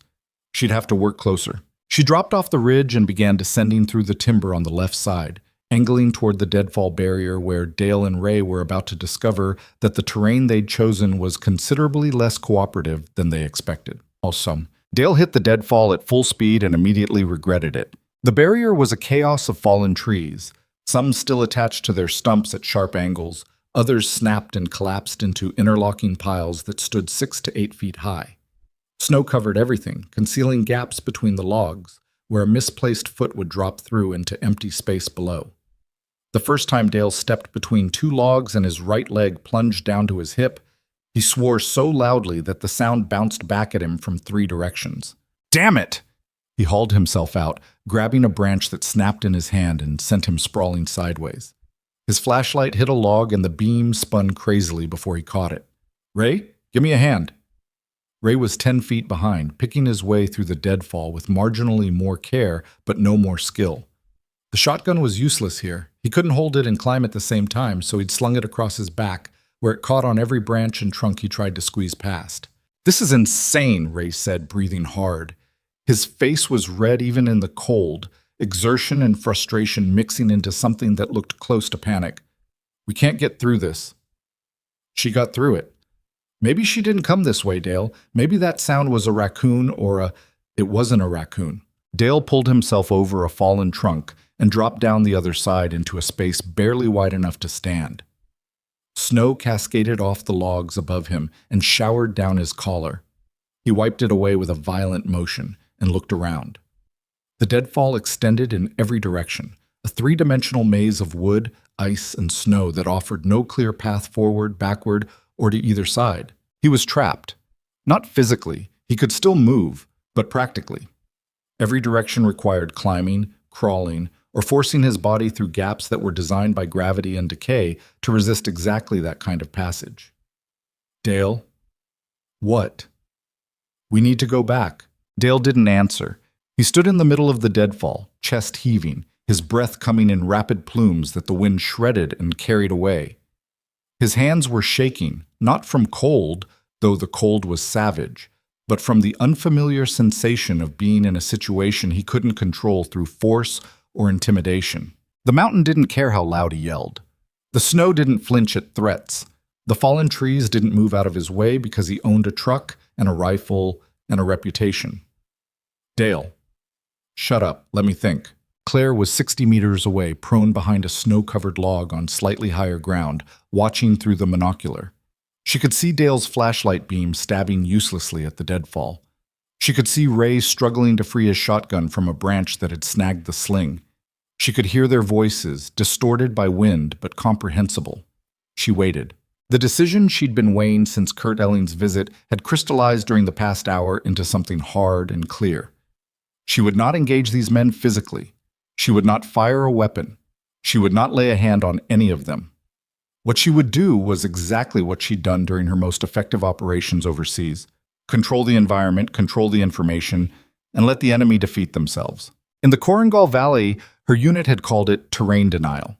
You didn't need to fight every enemy you encountered. You needed to make the ground they stood on work against them. Close the routes they wanted to use. Open the routes that led somewhere worse. Let exhaustion, disorientation, and fear do the work that bullets would otherwise have to do. The men in the deadfall were already exhausted. They were disoriented. And fear was beginning to find the cracks in their confidence. Claire reached into her day pack and pulled out one of the chemical hand warmers she'd packed. She cracked the pouch, activating the exothermic reaction, and waited 30 seconds for it to reach full temperature. Then she held it above the snow and waved it slowly back and forth. In the night vision monocular, a hand warmer was a bright white bloom of heat against the cold green background of the forest. It would be invisible to the naked eye. But if either of the men below happened to look in her direction at the right moment, they might catch the faintest suggestion of movement. Not enough to identify, not enough to locate, but enough to create doubt. She held the warmer up for 5 seconds, then dropped it into the snow and moved. She covered 40 meters in less than a minute, shifting position the way she'd been trained, low, fast, irregular intervals, never moving in a straight line.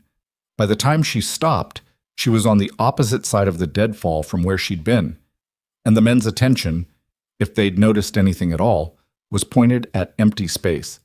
Below, Dale's voice cut through the wind. "There! I saw something! Over there!" "I didn't see anything." "I saw a light, something moving. She's here." Dale began climbing toward where Claire had been, hauling himself over fallen logs with manic energy, his flashlight sweeping left and right. Ray followed, cursing under his breath, fighting through branches that clawed at his jacket and pants. They were moving west now, away from the cabin, away from the meadow, deeper into the deadfall and toward the unstable creek crossing beyond it. Every step took them further into terrain that would punish them more severely. Claire circled above them, silent, patient, and shifted her focus to the other pair. Tommy Wardle was crying. He wasn't sobbing, it was quieter than that. The kind of involuntary leak that happens when a person's body starts producing stress responses that their mind can't override.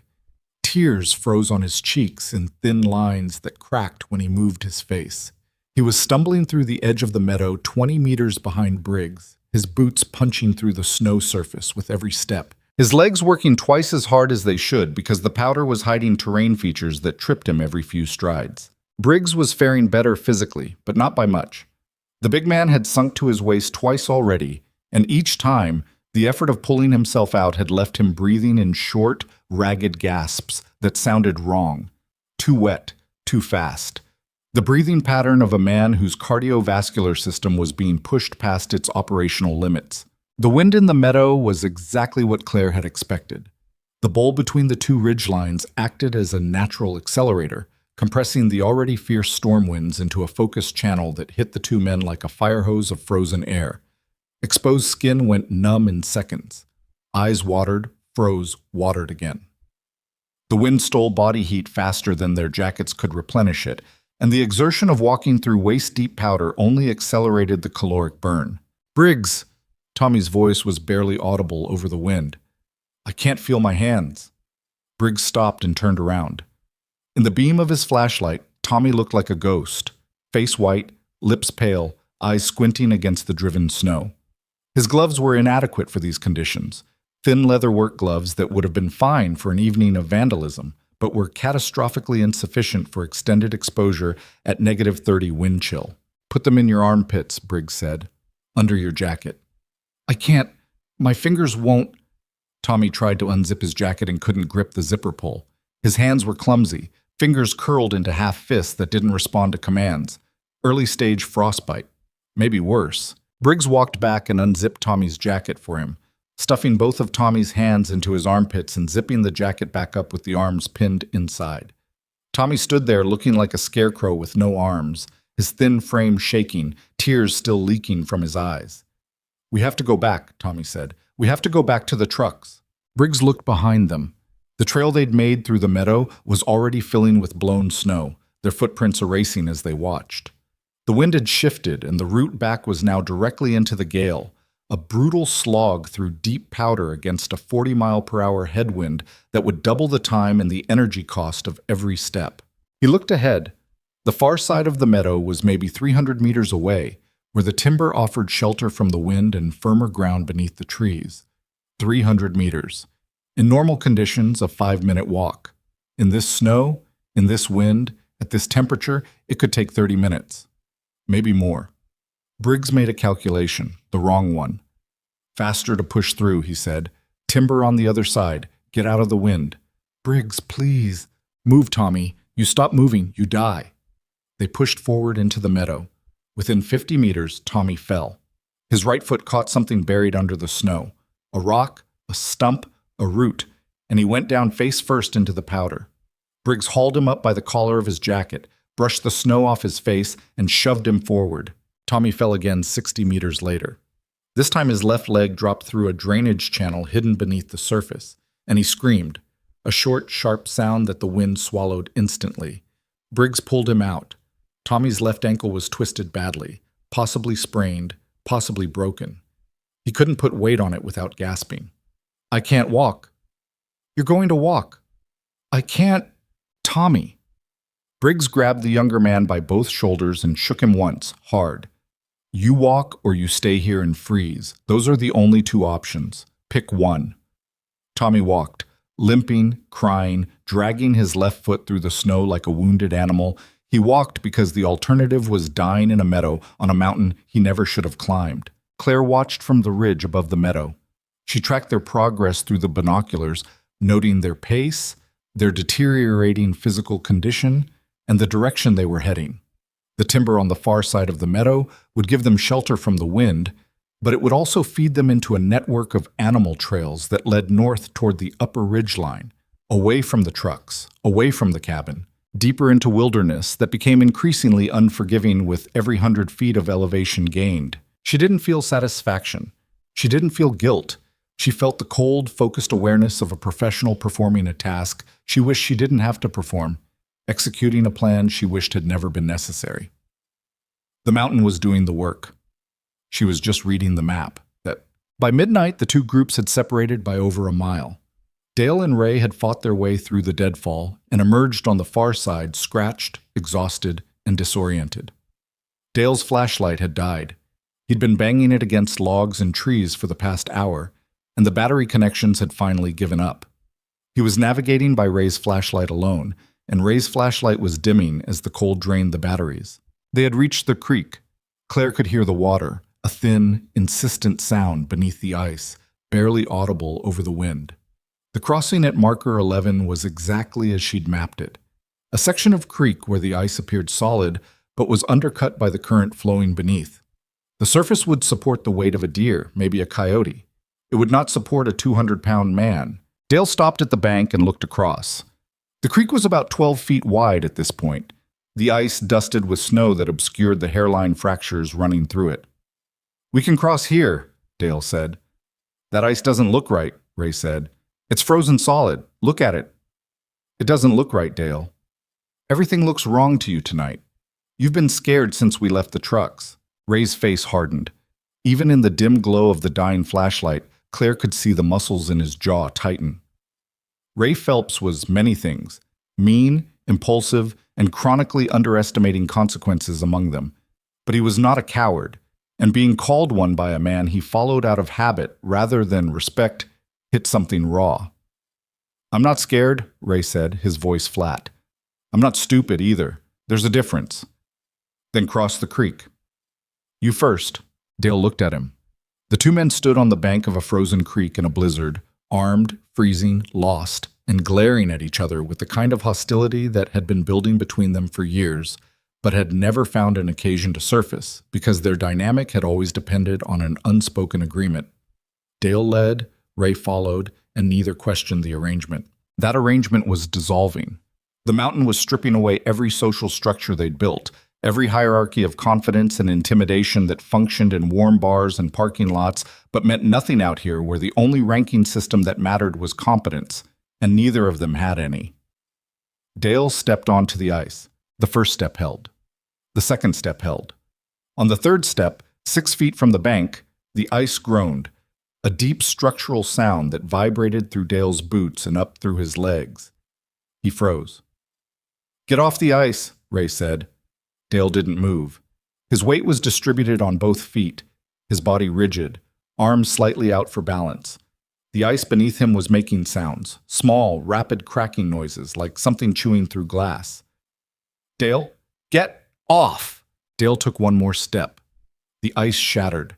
The break was catastrophic, not a neat hole, but a spiderweb collapse that dropped a 6-foot section of the surface into the water below. Dale went into his chest, his arms slamming forward onto the remaining ice shelf, his lower body plunging into creek water that was barely above freezing. The shock of it hit him like an electrical current. His entire body seized, muscles locking, lungs expelling air in a strangled shout that echoed off the banks.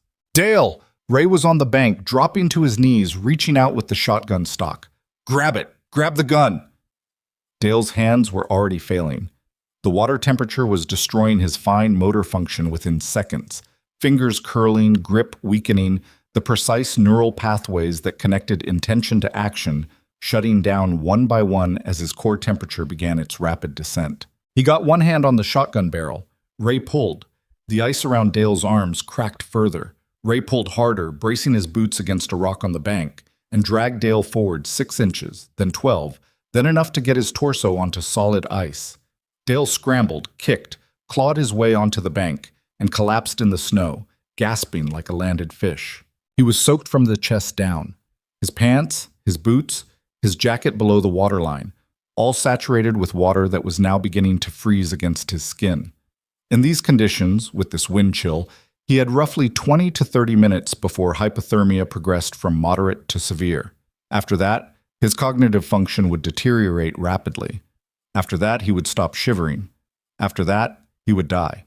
"Get up," Ray said. He was pulling Dale to his feet, stripping off his own jacket and wrapping it around Dale's shoulders. "We've got to move. We've got to get back to the trucks." "I don't... Which way are the trucks?" Ray looked around. The flashlight was almost dead, its beam a faint amber circle that barely reached 10 feet. The storm had erased every landmark, every trail, every reference point. Trees surrounded them in every direction, identical, snow-covered, offering no indication of north or south or east or west. "I don't know," Ray said. The flashlight died. Darkness fell on them like a dropped curtain. Total, absolute darkness, broken only by the faintest blue-gray luminescence of the snow reflecting light that wasn't there. Wind screamed through the trees. Snow drove horizontally past them, stinging, blinding, disorienting. The temperature was continuing to drop.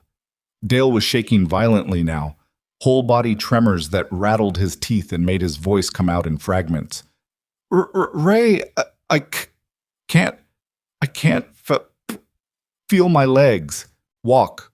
Just walk. Pick a direction and walk. Which direction? Ray didn't answer. He didn't know. From 150 meters away, concealed behind a rock formation on the slope above the creek, Claire watched two men begin walking in a direction that would take them north-northwest, away from the trucks, away from the cabin, and into a section of the Blackthorn Range that was as remote and unforgiving as any piece of wilderness in Colorado. She let them go, Sam. Claire turned her attention back to Tommy and Briggs. They had made it across the meadow, barely. She found them on the far side, huddled at the base of a large spruce tree, trying to build a fire with matches that Tommy could barely hold, and kindling that was too wet to catch. The wind tore through the timber in gusts that would have extinguished any flame they managed to produce, but they kept trying because the fire represented something their rational minds could no longer provide. Hope. Tommy's condition had deteriorated significantly. His left ankle was swollen inside his boot.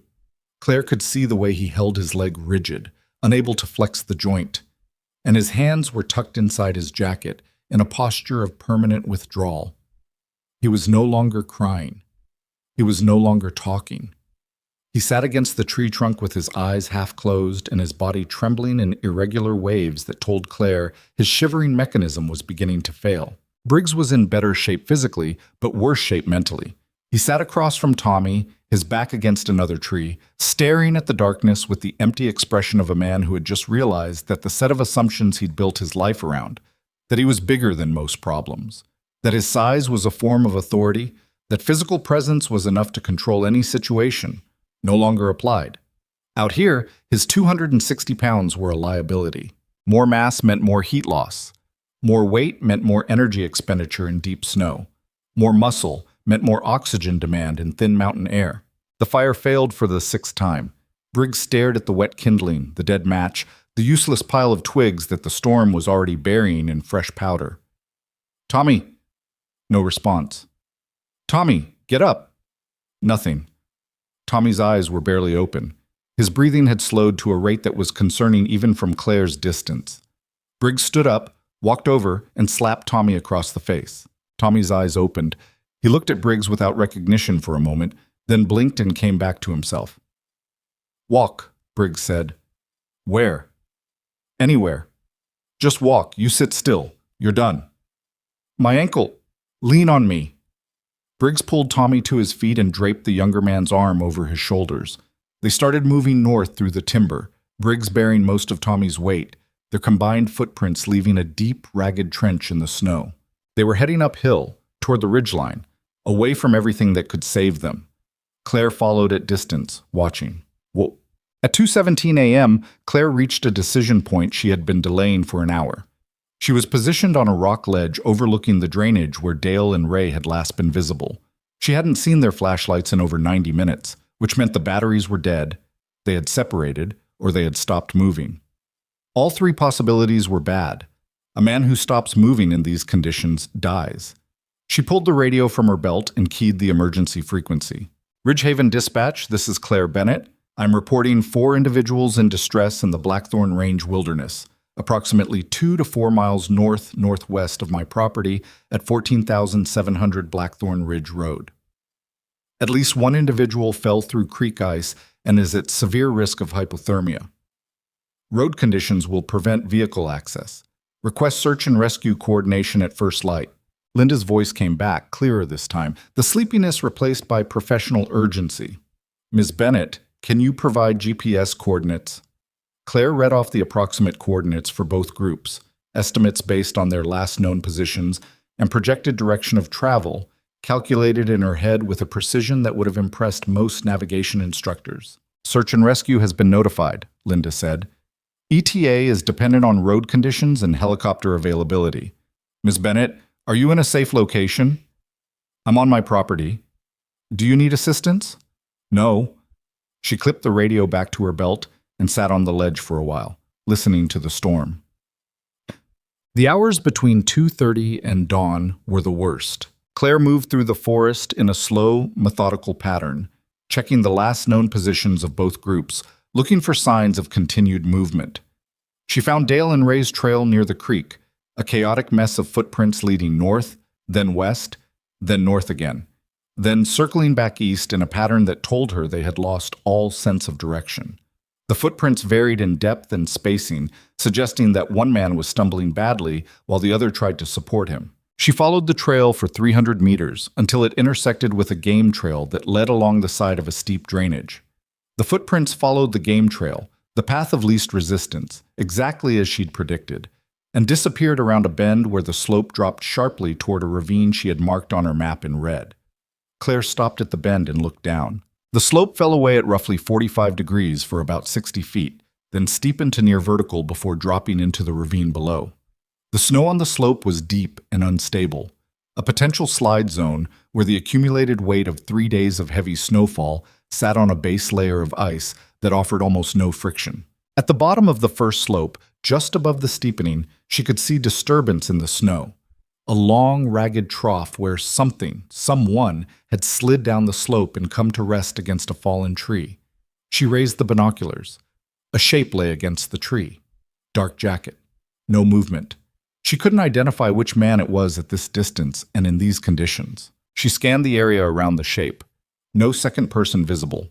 The footprints on the game trail above showed 2 men walking, but only one had gone down the slope. The other's tracks continued along the trail toward the northwest, alone, the spacing increasingly erratic.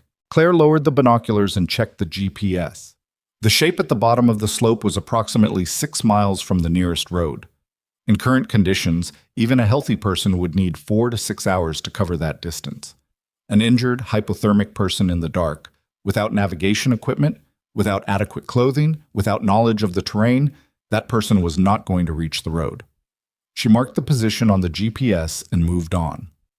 Dawn came slowly, the way dawn comes to mountains in a blizzard. Not a sunrise, but a gradual lightening of the gray. A shift from darkness to dim murk that revealed the landscape without actually illuminating it.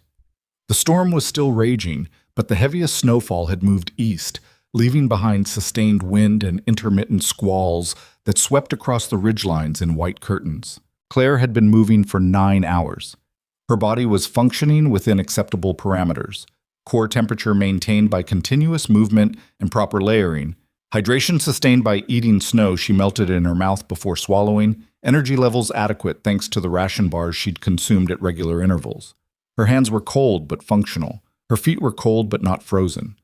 The night vision binoculars battery was at 12%, but she didn't need it anymore. She was standing on the upper ridgeline of Blackthorn Peak, the highest point on her property, looking down at the forest below. From this elevation, she could see the drainage where she'd found the first shape against the fallen tree, still there, still motionless. She could see the meadow where Tommy and Briggs had crossed, now buried under fresh powder that erased any evidence of their passage. She could see the deadfall, the creek crossing, and far in the distance, the clearing where the cabin stood with its broken front door and the 2 abandoned trucks still parked in front of it. She could not see any of the 4 men. They were somewhere below her in the wilderness, scattered, lost, freezing, and running out of time. The mountain had absorbed them the way a body of water absorbs stones dropped into its surface, silently, completely, without ripple or trace. Claire stood on the ridge and let the wind push against her. She was tired, not exhausted. She had operated on less sleep in worse conditions during deployments that lasted weeks instead of hours, but tired in a way that went deeper than physical fatigue. It was the tiredness of a person who had been forced to use skills she had spent years trying to forget, in a situation she had spent years trying to avoid, against men who had given her no choice. She hadn't touched them. She hadn't fired a round. She hadn't set a trap or blocked a path, or done anything that a prosecutor could point to and call intent. She had simply been on her own property, in her own wilderness, moving through terrain she knew better than any human alive, and the men who had come to destroy her had destroyed themselves against the mountain's indifference. The wind died for a moment. In the brief silence, Claire heard something, faint, distant, a sound that didn't belong to the mountain. A helicopter. She looked east. Through a break in the clouds, she could see it, a small shape moving along the valley floor, lights blinking, its rotors inaudible at this distance except during the pauses in the wind. Search and rescue. They'd launched from wherever they'd staged, probably Grand Junction or Montrose, and they were beginning the search pattern she'd given dispatch the coordinates for. Claire watched the helicopter for a long moment. Then she turned and began walking down the mountain toward her cabin. The descent took 2 hours. She moved carefully, following her own outbound trail where it was still visible, navigating by GPS where the snow had covered it. By the time she reached the clearing, the storm had subsided to a steady light snowfall, and the temperature had risen slightly, still well below zero, but no longer the killing cold of the night. The cabin door was still broken, hanging open on damaged hinges. Snow had blown inside and covered the floor in a thin white layer. The fireplace was cold. The chair by the hearth was dusted with powder. Claire stepped inside, closed the broken door as best she could, and rebuilt the fire. She boiled water on the stove and made coffee. She changed into dry clothes.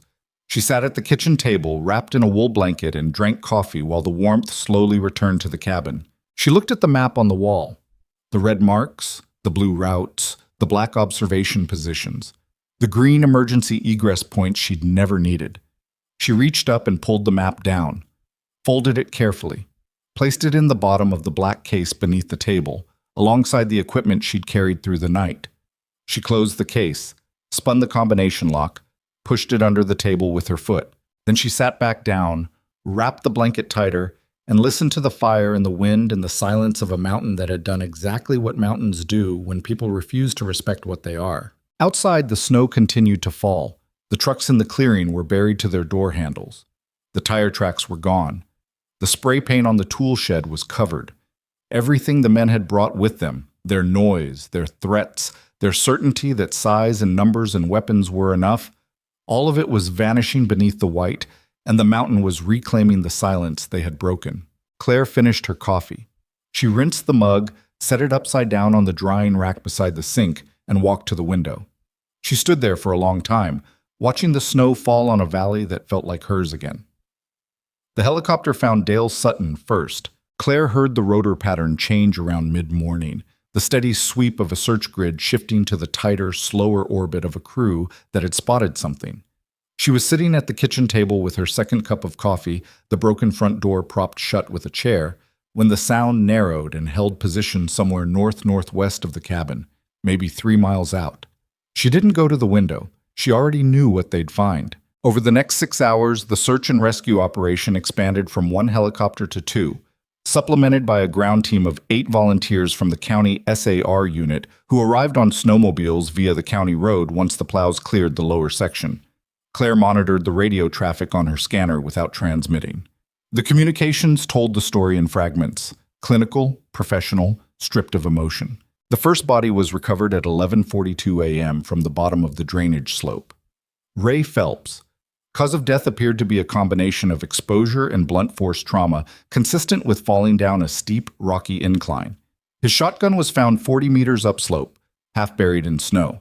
Dale Sutton was located at 1:15 p.m., approximately 4 miles north-northwest of the cabin, lying face down in a shallow depression between 2 granite boulders.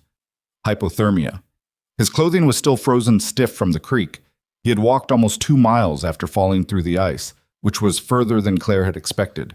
The human body could produce remarkable endurance under the influence of terminal panic, but endurance without direction was just a longer path to the same result. Tommy Wardell was found at 3:30 p.m. on the upper ridgeline, curled against the base of a spruce tree in a position that search and rescue personnel recognized immediately, the fetal posture of final stage hypothermia, when the body pulls inward in a last attempt to conserve heat that is already gone. His left ankle was grotesquely swollen inside his boot. He had stopped walking at some point during the night and never started again. Briggs was the last. The ground team located him late in the afternoon, nearly 6 miles from the cabin, in a section of national forest land well beyond Claire's property boundary. He had made it further than any of the others. His size and physical reserves had kept him moving long after the others had stopped. But the terrain north of the ridgeline dropped into a series of narrow canyons that funneled cold air into pockets where the temperature sat 20 degrees below the already brutal ambient. Briggs had walked into one of those canyons and his body had simply run out of heat. 4 men, 4 bodies, no gunshot wounds, no signs of physical assault, no evidence of foul play beyond their own catastrophic decisions. Claire sat at the kitchen table and listened to the radio traffic as each recovery was reported. She didn't react visibly to any of the transmissions. She drank her coffee. She stared at the wall where the map had been. At some point, she got up and heated a can of soup, ate it standing at the counter, rinsed the bowl, and sat back down. The fire crackled. The wind had died to nothing. The storm was over. Sheriff Nathan Brooks arrived at the cabin the next morning in a county SUV with chains on all 4 tires and an expression on his face that looked like it had been carved from the same granite as the mountains around him. Deputy Hale followed in a second vehicle. They parked beside the 2 abandoned trucks in the clearing, the F-250 and the Silverado, now buried to their mirrors in snow, and walked to the porch. Claire opened the broken door before they knocked. Brooks looked at the door, looked at the splintered frame, looked at Claire. "They kicked it in," Claire said. "Night before last. You'll see the damage is consistent with forced entry from the exterior." "I can see that." Brooks stepped inside and stopped just past the threshold, scanning the cabin with the automatic assessment of a career lawman. The interior was clean, orderly. The binders were on their shelf, the coffee pot was on the stove. A wool blanket was folded neatly over the back of the chair by the fireplace. Nothing out of place. Nothing that suggested violence or struggle or anything beyond a woman living alone in a cabin that someone else had broken into. "Mind if we sit down?" Brooks asked. "Go ahead." They sat at the kitchen table, Brooks across from Claire, Hale standing near the door with a notebook he'd already opened. The deputy kept glancing at the broken door frame, then at Claire, then at the door frame again, as if the damage might rearrange itself into an explanation he could understand. "You called dispatch twice the night before last," Brooks said. "I did. First call was at 10:04 p.m. You reported trespassers and an accelerant poured on your outbuilding. That was a previous incident. November 14th was the gasoline. The night before last was the break-in." Brooks paused. He pulled a small digital recorder from his jacket pocket and placed it on the table. "I need to record this. Standard procedure." "I expected that." He pressed the button. Red light. "This is Sheriff Nathan Brooks, Ridgehaven County, conducting a witness interview with Claire Bennett at her residence, 14,700 Blackthorn Ridge Road. Date is November 23rd. Time is 9:17 a.m. He looked at her. "Ms. Bennett, in your own words, tell me what happened the night of November 21st. Claire folded her hands on the table. Her posture was upright, shoulders squared, feet flat on the floor. The posture of someone who had sat through debriefings before, many of them, in rooms far more hostile than this one. 4 men entered my property at approximately 9:19 p.m. during a severe winter storm. I identified them as Dale Sutton, Ray Phelps, Tommy Wardell, and the individual known as Briggs. They arrived in 2 vehicles that are currently parked in my clearing. They forced entry into my cabin. I was not inside." "Where were you?" "On my property, outside." "In the storm?" "Yes." Brooks studied her. "Why were you outside in a blizzard?" "Because I saw them coming on my trail cameras before they arrived, and I assessed that remaining inside the cabin when 4 armed men broke down my door would place me in immediate danger." "So you evacuated?" "I removed myself from the threat." "Where did you go?" "I moved to an elevated observation position on the eastern ridgeline of my property. I maintained visual surveillance of the cabin and the clearing using personal optics." Hale looked up from his notebook. "What kind of optics?" "Binoculars, military grade, with a laser rangefinder." Brooks and Hale exchanged a glance. "Continue," Brooks said. "After forcing entry into the cabin, the 4 men determined I was not inside. They then entered the forest on foot, apparently with the intention of locating me. I observed their movement from my position. They split into 2 groups approximately 40 minutes after entering the timber. I maintained surveillance from a distance. At no point did I approach them, communicate with them, or make physical contact of any kind." "Did you fire a weapon?" "No." "Do you own firearms?" "I own a bolt-action rifle, a .308, which is in the locked case beside my bed. It has not been fired. You're welcome to inspect it." Any other weapons? Claire paused. The pause lasted 1 second. I own a precision rifle, .300 Winchester Magnum, which is stored in a secured equipment case. It was not fired, deployed, or carried outside this cabin on the night in question. Brooks leaned back. A precision rifle? Yes. That's not a hunting weapon. No, it isn't. What is it? It's a tool I was trained to use during my military service. The cabin was very quiet. The fire popped once. Hale's pen had stopped moving. Miss Bennett, I need to ask you something directly, and I need you to answer me honestly. Brooks's voice had changed. The official interview tone was gone, replaced by something more personal. The voice of a man who needed to understand something that his professional framework wasn't equipped to process. Those 4 men entered a wilderness area in a severe storm, and all 4 of them died of exposure within 72 hours.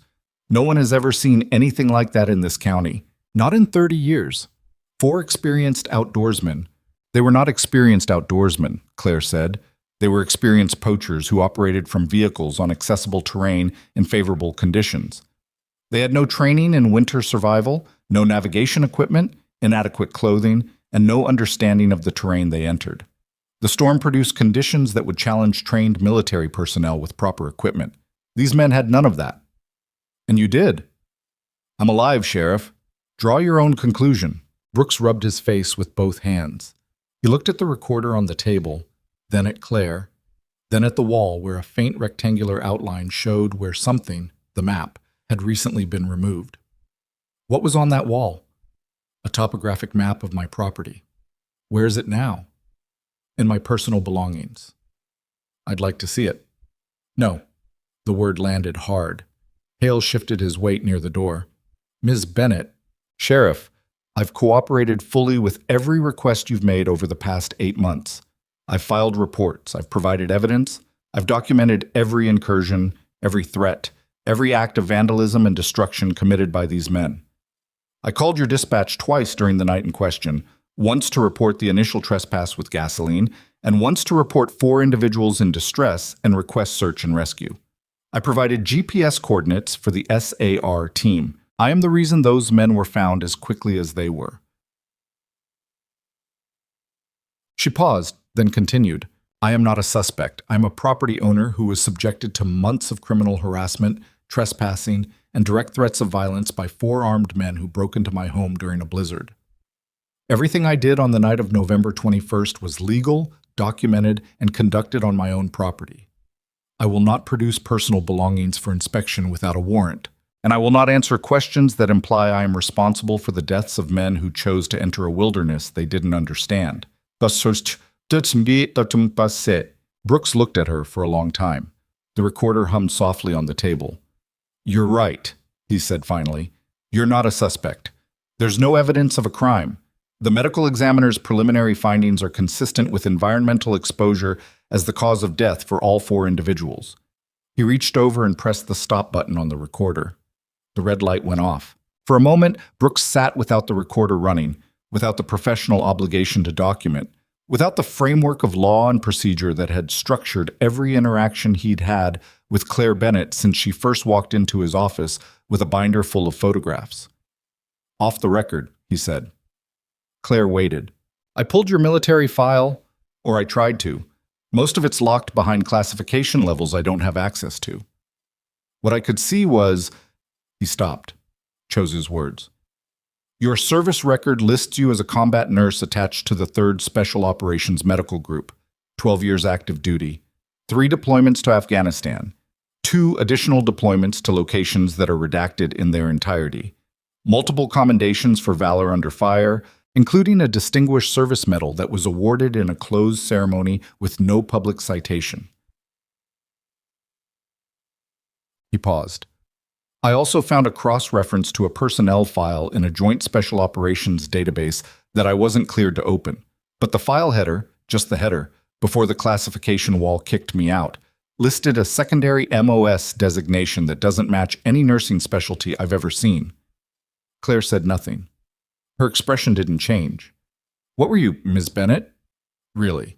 Claire looked at the table. She looked at her hands, folded in her lap. She looked at the window where morning light was pouring through the frost in pale gold shafts that lit the dust motes hanging in the warm air. "I was a nurse," she said. "A good one. I kept people alive in places where everything was designed to kill them. That was my primary function, and it's the work I'm most proud of." She paused. "I was also trained in a secondary role that the unit required because every team member carried multiple responsibilities in the field. That training involves skills that I haven't used in 4 years and that I did not use on November 21st. But you could have. I could do a lot of things, Sheriff. The question that matters is what I chose to do. I chose to leave my cabin, move to a safe position, observe, report, and request emergency services. Everything else that happened was the mountain and the weather and the choices those men made for themselves." Brooks held her gaze. Then he nodded once, a small, definitive movement that acknowledged something neither of them would say aloud. He stood up. Hale closed his notebook. "We'll need to tow the vehicles," Brooks said. "I'll send a crew when the road's clear." "Fine." He walked to the door, then stopped. His hand rested on the broken frame where the latch had been torn free. "I'll send someone to fix this too," he said quietly. "I'll fix it myself." Brooks almost smiled. It didn't quite reach his face, but Claire saw the shift in the muscles around his eyes, the faintest acknowledgement that this woman, this quiet, meticulous, immovable woman, was exactly who he'd suspected she was, and that the men who had mistaken her for a victim had made the last mistake of their lives. "Ms. Bennett," he said from the porch. She looked up. "I'm sorry this happened to you. All of it. The harassment, the threats, the system failing you. I'm sorry." Claire stood in the doorway of her broken cabin, wrapped in a flannel shirt and wool socks, her hair pulled back, her face showing every hour of the past 2 days in the lines around her eyes and the slight tension in her jaw that hadn't released since the trucks first appeared on her camera feed. "I know," she said. Brooks walked to his vehicle. Hale followed. They drove down the access road, the chains crunching on packed snow, and disappeared around the bend. Claire stood on the porch until the sound of engines faded. Then she went inside, found her toolbox under the sink, and began repairing the door. The hinges needed resetting. The frame needed new wood where the latch had torn through. She measured, cut, sanded, and fitted each piece with the same precision she applied to everything. Not perfect, not pretty, but functional, solid, and built to hold. By late afternoon, the door closed properly again. The lock engaged. The frame was tight. Claire tested it 3 times, then sat down on the porch step with a cup of coffee and looked out at the clearing where 2 trucks sat buried in snow, already disappearing under a fresh layer of white that would continue falling through the night. The valley was quiet. The birds had gone silent weeks ago, migrated or hunkered down for winter. The creek was frozen. The wind had stopped. The silence didn't feel empty anymore. It felt earned. The tow trucks came 3 days later. Claire watched from the kitchen window as a flatbed from Garnet hauled the white F250 onto its deck, chains grinding against frozen metal. The truck's tires locked solid with ice that had formed around the wheel wells during 72 hours of sitting in a blizzard. The brown Silverado followed on a second flatbed an hour later. Both vehicles were tagged as evidence, yellow tape across the doors, inventory stickers on the windshields, though Claire knew from monitoring the radio traffic that the investigation had already shifted from criminal inquiry to procedural closure. There was nothing criminal to investigate. 4 men had entered a wilderness area during a severe storm, made a series of catastrophic decisions, and died.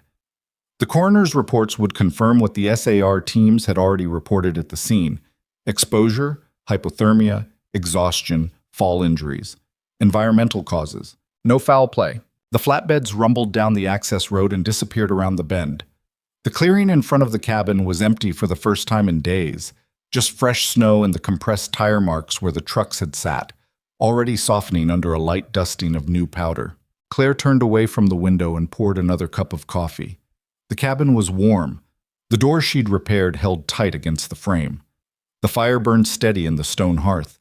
Everything was exactly as it should have been, and none of it felt right. She sat at the kitchen table and wrapped both hands around the mug, letting the heat seep into her fingers. The mug had a chip on the rim that she kept meaning to sand down and never did. She pressed her thumb against the sharp edge and held it there, feeling the small point of discomfort, using it the way she'd used discomfort her entire adult life, as an anchor, a reminder that she was present, that her body existed in a specific place at a specific time, that the events of the past week had actually happened and were not a mission briefing she could file away and forget. 4 men were dead. She had not killed them. She had not touched them. She had not even spoken to them on the night they died. But she had moved through the darkness above them with skills they didn't know existed, and she had watched them stumble into terrain she had studied and mapped and understood with the intimate precision of someone who had been trained to turn landscapes into weapons. She had thrown a rock to split them apart. She had let the mountain do what mountains do. The distinction between action and inaction was clear in the legal sense. It was less clear in the space behind her sternum, where something sat heavy and unresolved, like a stone she'd swallowed and couldn't pass. She drank her coffee. She stared at the wall. She didn't cry. The county medical examiner's official reports were released in early December. Dale Sutton. Cause of death, severe hypothermia complicated by cold water immersion. Estimated time of death between 2 and 4 a.m. on November 22nd. Blood alcohol content at time of death, 0.14, nearly twice the legal driving limit. Toxicology also showed trace amounts of amphetamine, suggesting he had taken something to keep himself alert for the drive up the mountain. A detail that explained his manic energy and impaired judgment, but didn't excuse any of it. Ray Phelps. Cause of death? Hypothermia and blunt force trauma, consistent with an uncontrolled slide down a steep, rocky slope. Multiple fractures to the left arm, left leg, and 3 ribs. A laceration on the back of his skull that had bled heavily before the cold slowed his circulation to nothing. He had survived the fall and attempted to continue moving. The SAR team found drag marks in the snow extending 8 meters from where he'd come to rest, before his body shut down. Tommy Wardell, cause of death, hypothermia. Contributing factors included a severely sprained left ankle that had limited his mobility and a core body temperature estimated at less than 82 degrees at time of death. The medical examiner noted that his clothing was inadequate for the conditions. Thin leather gloves, a cotton hoodie under a nylon jacket, work boots with no insulation. He had dressed for an evening of intimidation, not survival. The man known as Briggs, his full legal name turned out to be Gerald Briggs Harmon, age 44, from Gunnison, died of hypothermia approximately 6 miles north of Claire's property boundary, well inside the Blackthorn National Forest. He had walked further than any of the others, and the medical examiner noted that his physical condition at the time of death suggested a prolonged period of sustained exertion. His heart, already stressed by the combination of cold, altitude, and effort, had likely entered an arrhythmia before he lost consciousness. He was found face up, arms at his sides, eyes closed. The position suggested he had lain down deliberately, either too exhausted to continue or experiencing the paradoxical sensation of warmth that sometimes accompanies the final stages of hypothermia, when the body's last thermal regulation systems collapse and the dying brain interprets the shutdown as comfort. Claire read the reports on the county website from her phone, sitting on the porch in a patch of December sun that was bright but carried no warmth. She read each one carefully, the way she'd once read after-action reports, looking for details, verifying her own observations against the official record, noting the places where the examiner's conclusions aligned with what she'd seen through the binoculars, and the places where the clinical language sanitized events she had witnessed in their raw, unedited form. Tommy's report was the hardest to read. He had been 23 years old. He had a mother in Pueblo and a younger sister in high school. He had worked part-time at a tire shop and had no criminal record beyond a misdemeanor marijuana possession charge that had been dismissed. He was the youngest of Dale's crew, the least committed, the least dangerous, and the one who had argued most visibly against the night operation. He had also been the one crying in the snow, with frozen tears on his face and hands too numb to work a zipper, following Briggs into a meadow because he was more afraid of being alone than he was of the cold. Claire closed the browser and set the phone on the porch railing. She looked at the mountains. The peaks were sharp against the blue sky, snow-covered and ancient, and completely indifferent to the fact that 4 men had died on their slopes a week ago. The mountains didn't remember. The mountains didn't care. That was supposed to be the point, the impersonality of it, the absence of intent. But sitting on the porch in the December sun, Claire found that the absence of intent didn't feel as clean as it had when she was planning. She went inside and sat at the kitchen table for a long time, doing nothing. The investigation closed officially on December 14th. The Ridgehaven County DA's office issued a 2-page summary finding that the deaths of Dale Sutton, Ray Phelps, Tommy Wardell, and Gerald Briggs Harmon resulted from voluntary entry into hazardous wilderness terrain during extreme weather conditions. The summary noted that all 4 men had entered private property without authorization, that they had forcibly entered the property owner's residence, and that the property owner, identified only as the complainant, had contacted law enforcement both during and after the incident. No charges were filed, no further investigation was recommended. A separate administrative finding addressed the prior complaints Claire had filed over the preceding 8 months. The county acknowledged that multiple reports of trespassing, wildlife poaching, property damage, and direct threats had been filed by the property owner, that formal trespass warnings had been issued, and that law enforcement response had been limited by resource constraints. The language was careful, bureaucratic, and designed to acknowledge failure without accepting liability. Claire received a copy of both documents by certified mail. She read them at the kitchen table, placed them in the final binder, binder number 6, and shelved it alongside the others. Then she walked to the closet, pulled out the black equipment case, and opened it for the last time. She removed each item and laid it on the table. Binoculars, night vision monocular, GPS unit, radio, medical kit, the folded map she'd drawn of her property with its red and blue and black and green markings, and the rifle. The .300 Winchester Magnum that she had carried during operations that didn't exist in any publicly accessible record. She held the rifle for a long time.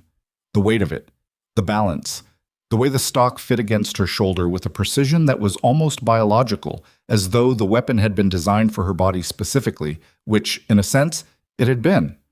The custom modifications had been made by a gunsmith at a facility she would never name, fitted to her measurements, her trigger pull preferences, her eye relief, her breathing pattern. She had killed with this weapon. Not many times, 11, a number burned into her memory with the permanence of a brand, but each time with a purpose that she had believed in at the moment and that she still believed in now, even as the years put distance between who she had been and who she was trying to become. The rifle was not the problem. The rifle had never been the problem. The problem was the person holding it, a woman who was capable of extraordinary precision and extraordinary restraint, who had spent 12 years learning when to act and when to wait, and who had discovered on a frozen mountain in Colorado that the line between restraint and complicity was thinner than she'd thought. She wrapped the rifle in its cloth, placed it back in the case, and closed the lid. She spun the combination lock. Then she carried the case to the hall closet, set it behind the coats and the boots and the blankets, and closed the door. She didn't lock the closet. There was no need. The combination on the case was enough, and the person most likely to open it was the same person most qualified to decide when it should be opened. That person was her. It had always been her. December passed. January followed. The days shortened until dawn came late and dusk came early, and the hours of full daylight felt like a window briefly opened and immediately closed. Claire maintained her routine with the disciplined consistency that had defined every phase of her life. She ran every morning. She checked the trail cameras every 3 days, though the footage now showed nothing but wildlife. Elk moving through the meadows in small herds, a pair of coyotes hunting rabbits in the lower timber, and once, in the gray light of a January dawn, a mountain lion crossing the creek on a fallen log with the silent grace of something that owned every inch of ground it touched. The poaching stopped. Not gradually, not partially, completely. Word had spread through the hunting community with the speed and permanence of wildfire. The details varied depending on who told the story and how much whiskey was involved, but the core narrative was consistent. 5 men went up Blackthorn Ridge to settle a score with the woman who lived there, and 5 men died. The woman was still there. The mountain was still there. The silence was absolute. Hunters who had crossed Claire's fence for years without consequence began turning back at the property line.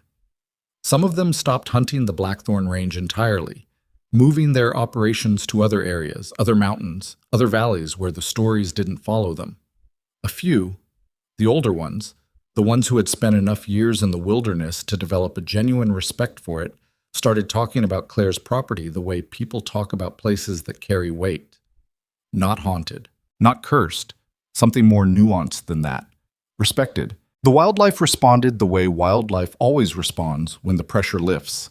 The elk herd that had been diminished by years of illegal hunting began expanding, with 3 new calves spotted on Claire's trail cameras in late January. The mule deer population stabilized. The bighorn sheep, the small, fragile herd that state biologists had been monitoring for a decade, produced 2 lambs that survived their first winter, which was 2 more than had survived in the 3 previous years combined. Claire noticed all of it. She documented it the way she documented everything: dates, locations, photographs, counts. But the documentation felt different now. The binders she'd filled with evidence of destruction and trespass were closed and shelved. The new entries were about recovery, about things coming back. In late February, Sheriff Brooks drove up the mountain again. Claire saw his vehicle on the trail camera at marker 9 and had coffee ready by the time he knocked on the front door, the door she'd repaired herself, which now closed tighter and held firmer than the original. "Sheriff?" "Ms. Bennett." She stepped aside and let him in. He sat at the kitchen table without being asked, the way people do in places they've visited enough times to establish a pattern.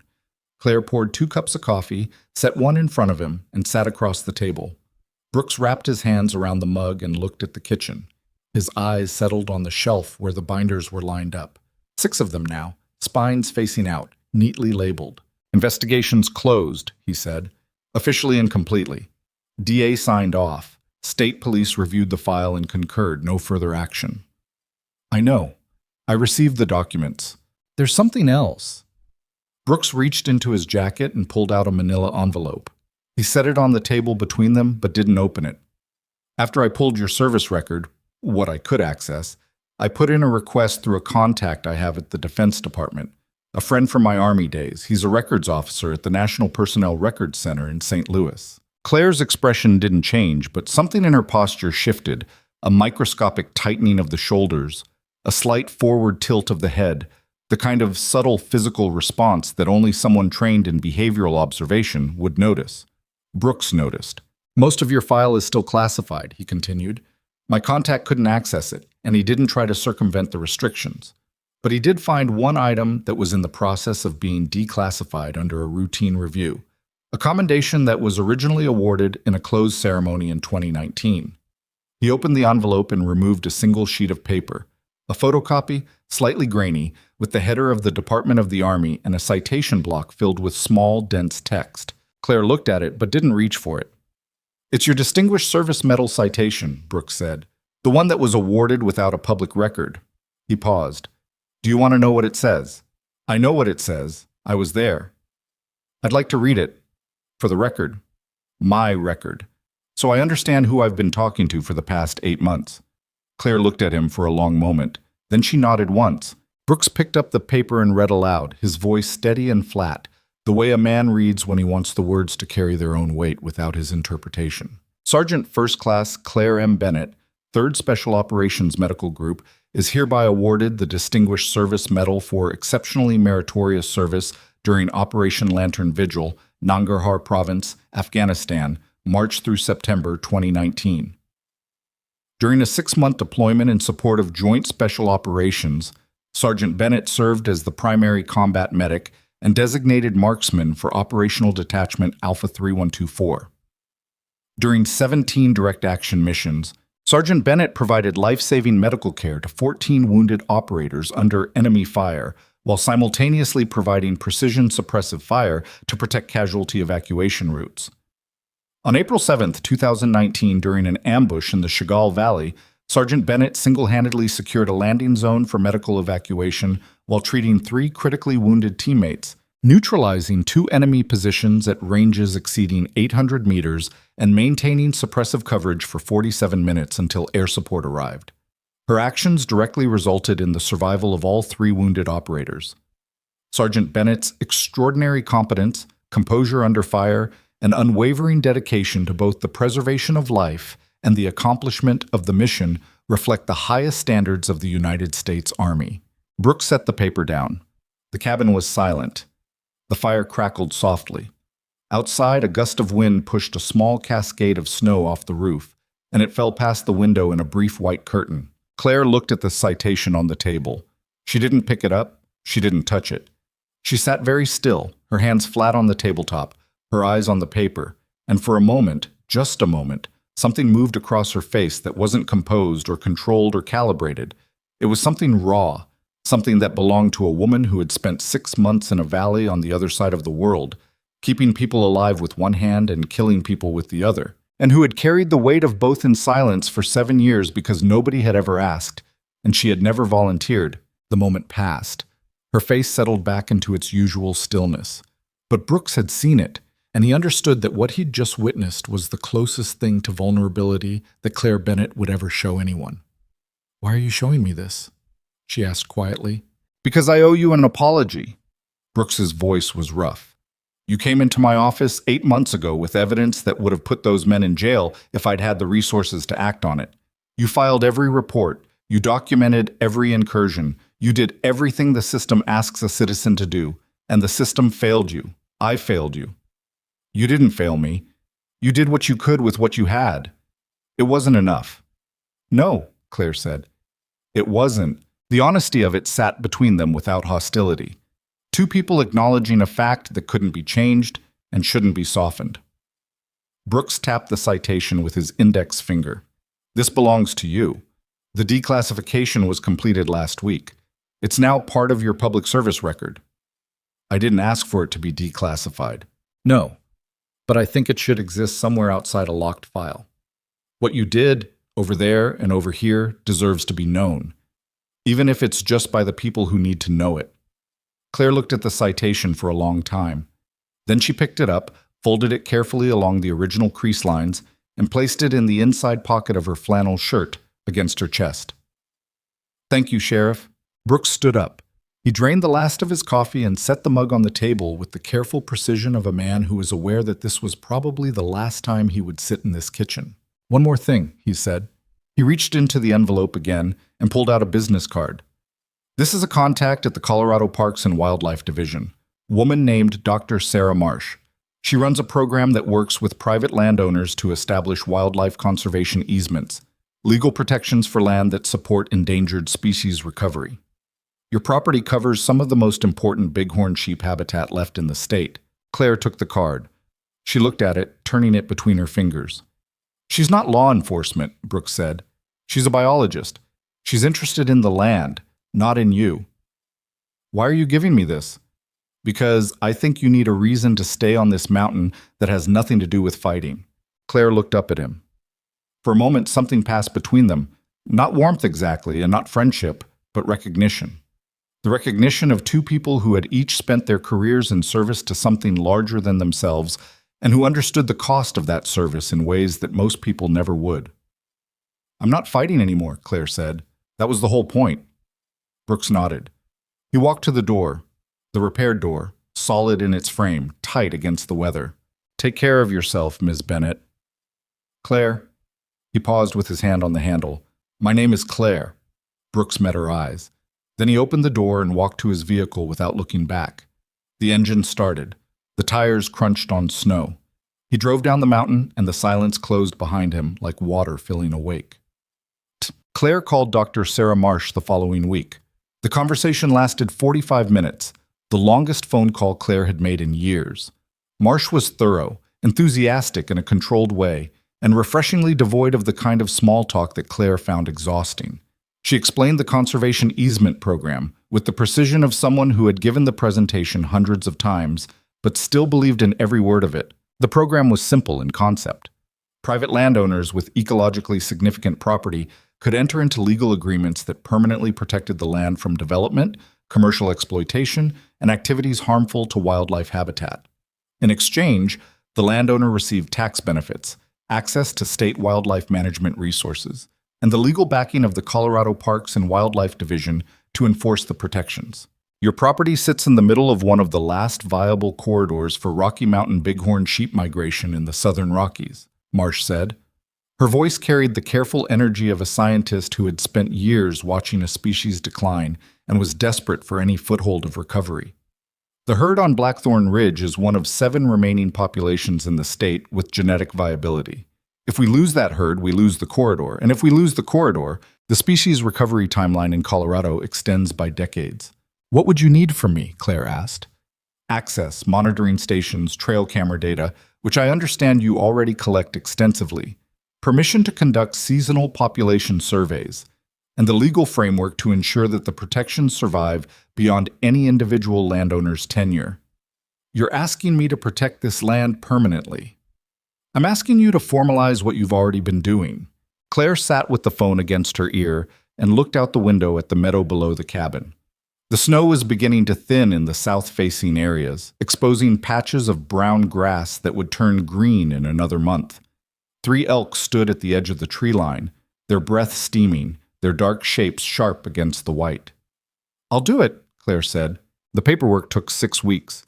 Claire reviewed every page with the same meticulous precision she applied to her evidence binders, marking questions in the margins, requesting clarifications on legal language, and negotiating 2 specific provisions that Marsh hadn't initially included: a prohibition on any motorized vehicle access to the property without the landowner's written consent, and a clause requiring that all monitoring activities be conducted on foot to minimize disturbance to the habitat. Marsh agreed to both provisions without argument.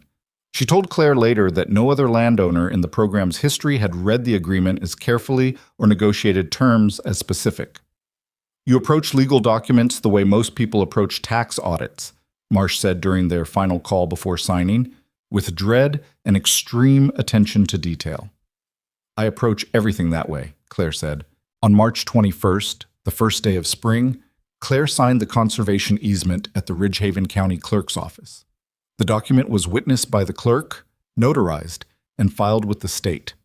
It carried the weight of permanent law, a legal protection that would bind not just Claire, but every future owner of the property for as long as the land existed. She drove home in the late afternoon, the Tacoma climbing the mountain road through patches of mud and lingering snow. The sun was low, casting long gold light through the trees, and the air through the open window smelled like wet earth and pine sap. The smell of things thawing, of life returning, of a mountain waking up from a sleep that had lasted 5 months. Spring came the way spring comes to the high country, slowly, grudgingly, with setbacks and false starts and sudden snowstorms that buried the crocuses just when they'd begun to push through the soil. But it came. The creek unlocked first, ice cracking and separating in long fractures that sounded like gunshots echoing up the valley. Then the meadows cleared, the brown grass yielding to green in patches that expanded daily. The aspens leafed out in a haze of pale green that brightened to full emerald by mid-May. Claire ran every morning.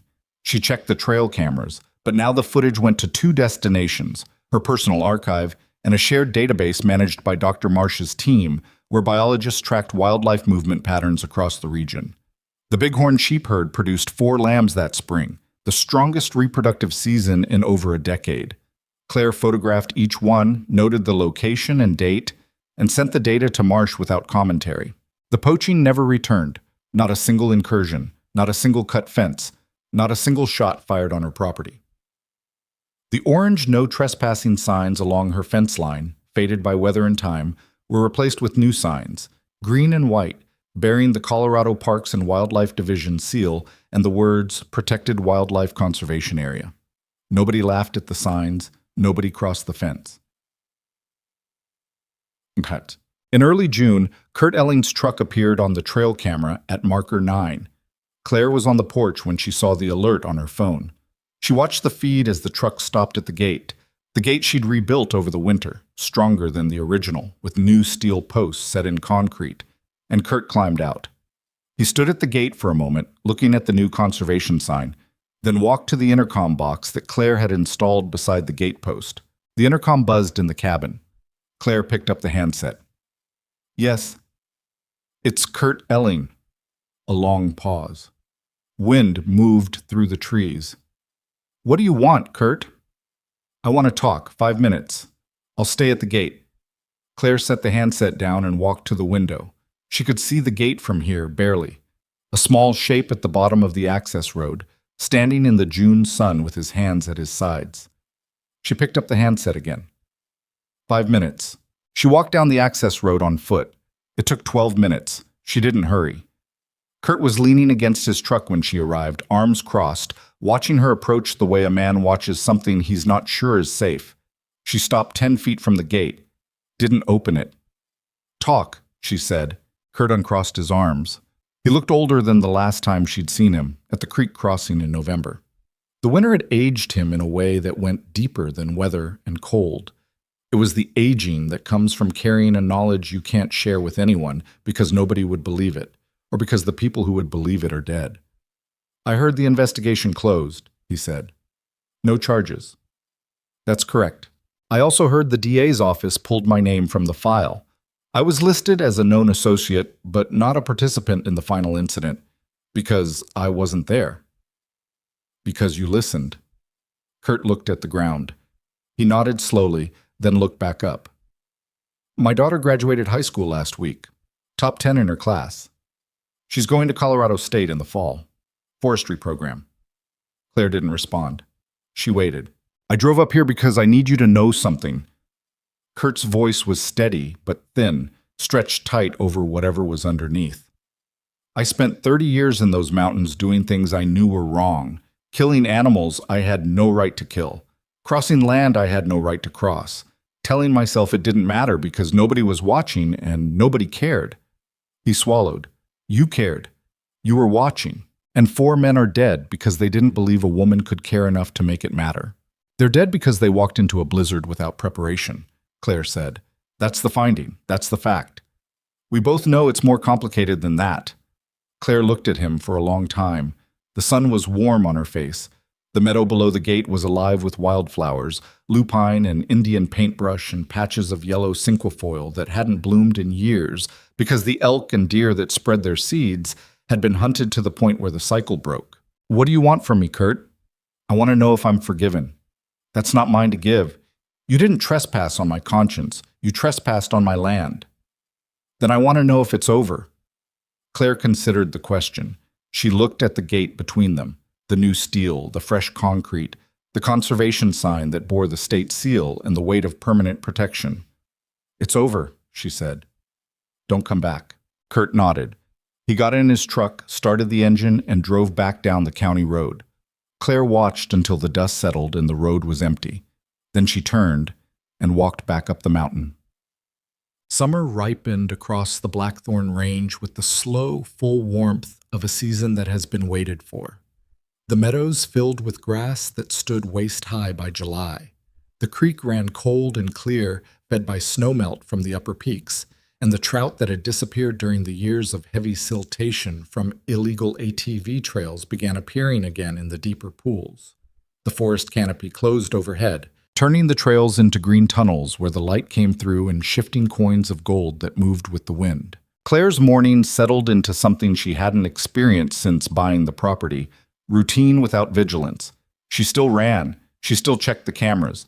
She still walked the perimeter every few days, noting conditions, documenting wildlife, maintaining the fences. But the quality of her attention had changed. The hyper-awareness that had defined her existence since April, the constant scanning, the threat assessment that ran like background software in every waking moment had dialed down to something manageable. Not gone, not forgotten, but quieter. She slept better, not perfectly. There were still nights when she woke at 2 or 3 in the morning with her hand reaching for the nightstand, her body responding to sounds or sensations that existed only in the deep architecture of muscle memory. But the episodes were less frequent, and when they happened, she could talk herself down faster. She would lie in the dark and listen to the cabin, the tick of cooling wood, the hum of the generator, the distant sound of the creek, and let the familiar sounds replace whatever alarm her sleeping brain had triggered. In August, Dr. Marsh came to the property for the first seasonal survey. She arrived with a team of 3 graduate students from Colorado State, and Claire spent 2 days guiding them through the terrain, showing them the game trails, the water sources, the ridgeline corridors where the bighorn sheep moved between feeding areas, the observation points where cameras could be mounted without disturbing the animals. Marsh was impressed by Claire's knowledge of the property. Not just the geography, any hiker could learn the trails, but the ecology, the patterns, the way Claire understood the relationships between species and terrain and weather and season. "You think like a field biologist," Marsh said during a break on the eastern ridge. where they sat on a rock outcropping and watched a group of bighorn sheep grazing on the slope below. "I think like someone who's been watching this mountain for 4 years," Claire said. "Same thing, honestly." Claire almost smiled. She didn't quite get there, but the muscles around her eyes shifted in a way that suggested the infrastructure for a smile existed and might be available for use at some point in the future.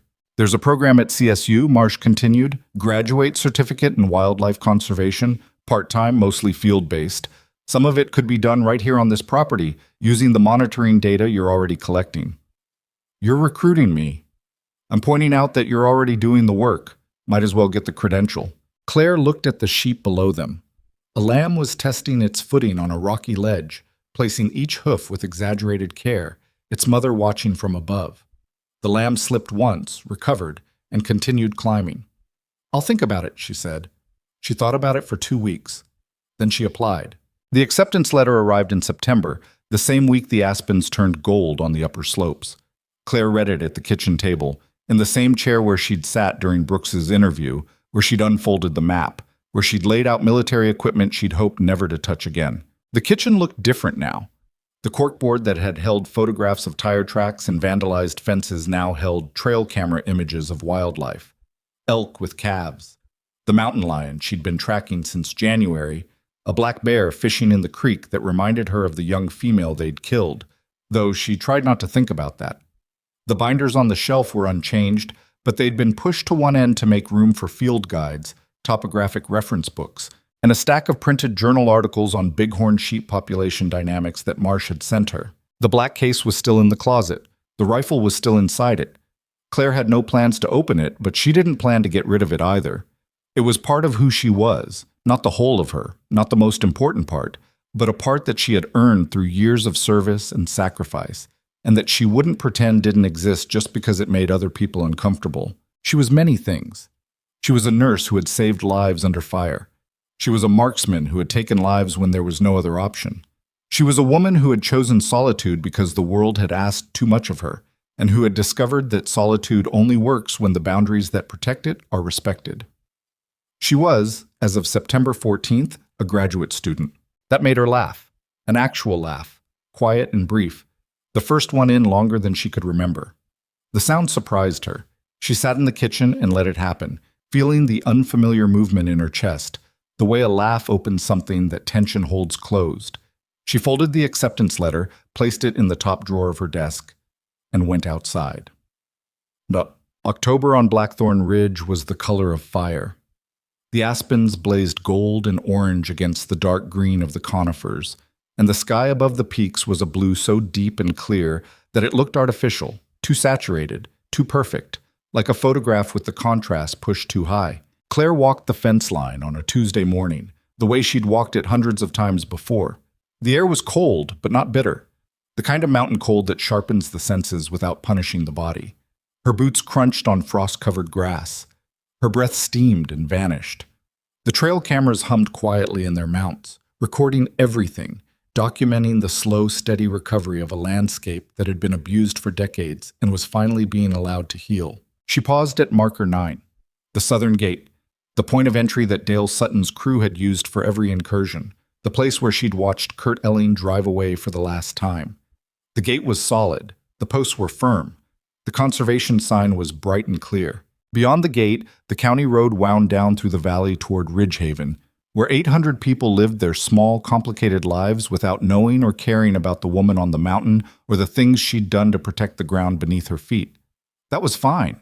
Claire didn't need them to know. She turned away from the gate and walked back up the mountain, following the fence line through the aspens, through the timber, through the meadow where wildflowers had bloomed and faded and would bloom again next spring.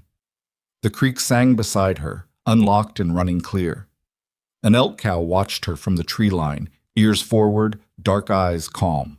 A hawk circled overhead, riding a thermal that rose from the warming slope. Claire walked the fence she had fought to protect. Not with bullets, not with violence, but with preparation, discipline, patience, and a will that 5 armed men and a broken system in a mountain winter had all failed to break. The peace she'd earned was real. It was imperfect and incomplete, and carried the weight of things she would think about for the rest of her life. But it was hers. It existed because she had refused to let anyone take it from her, and because she had understood something that the men who came to her mountain never did. Strength doesn't have to be loud. Boundaries don't have to be explained. And the most dangerous person in any room is the one who has nothing left to prove.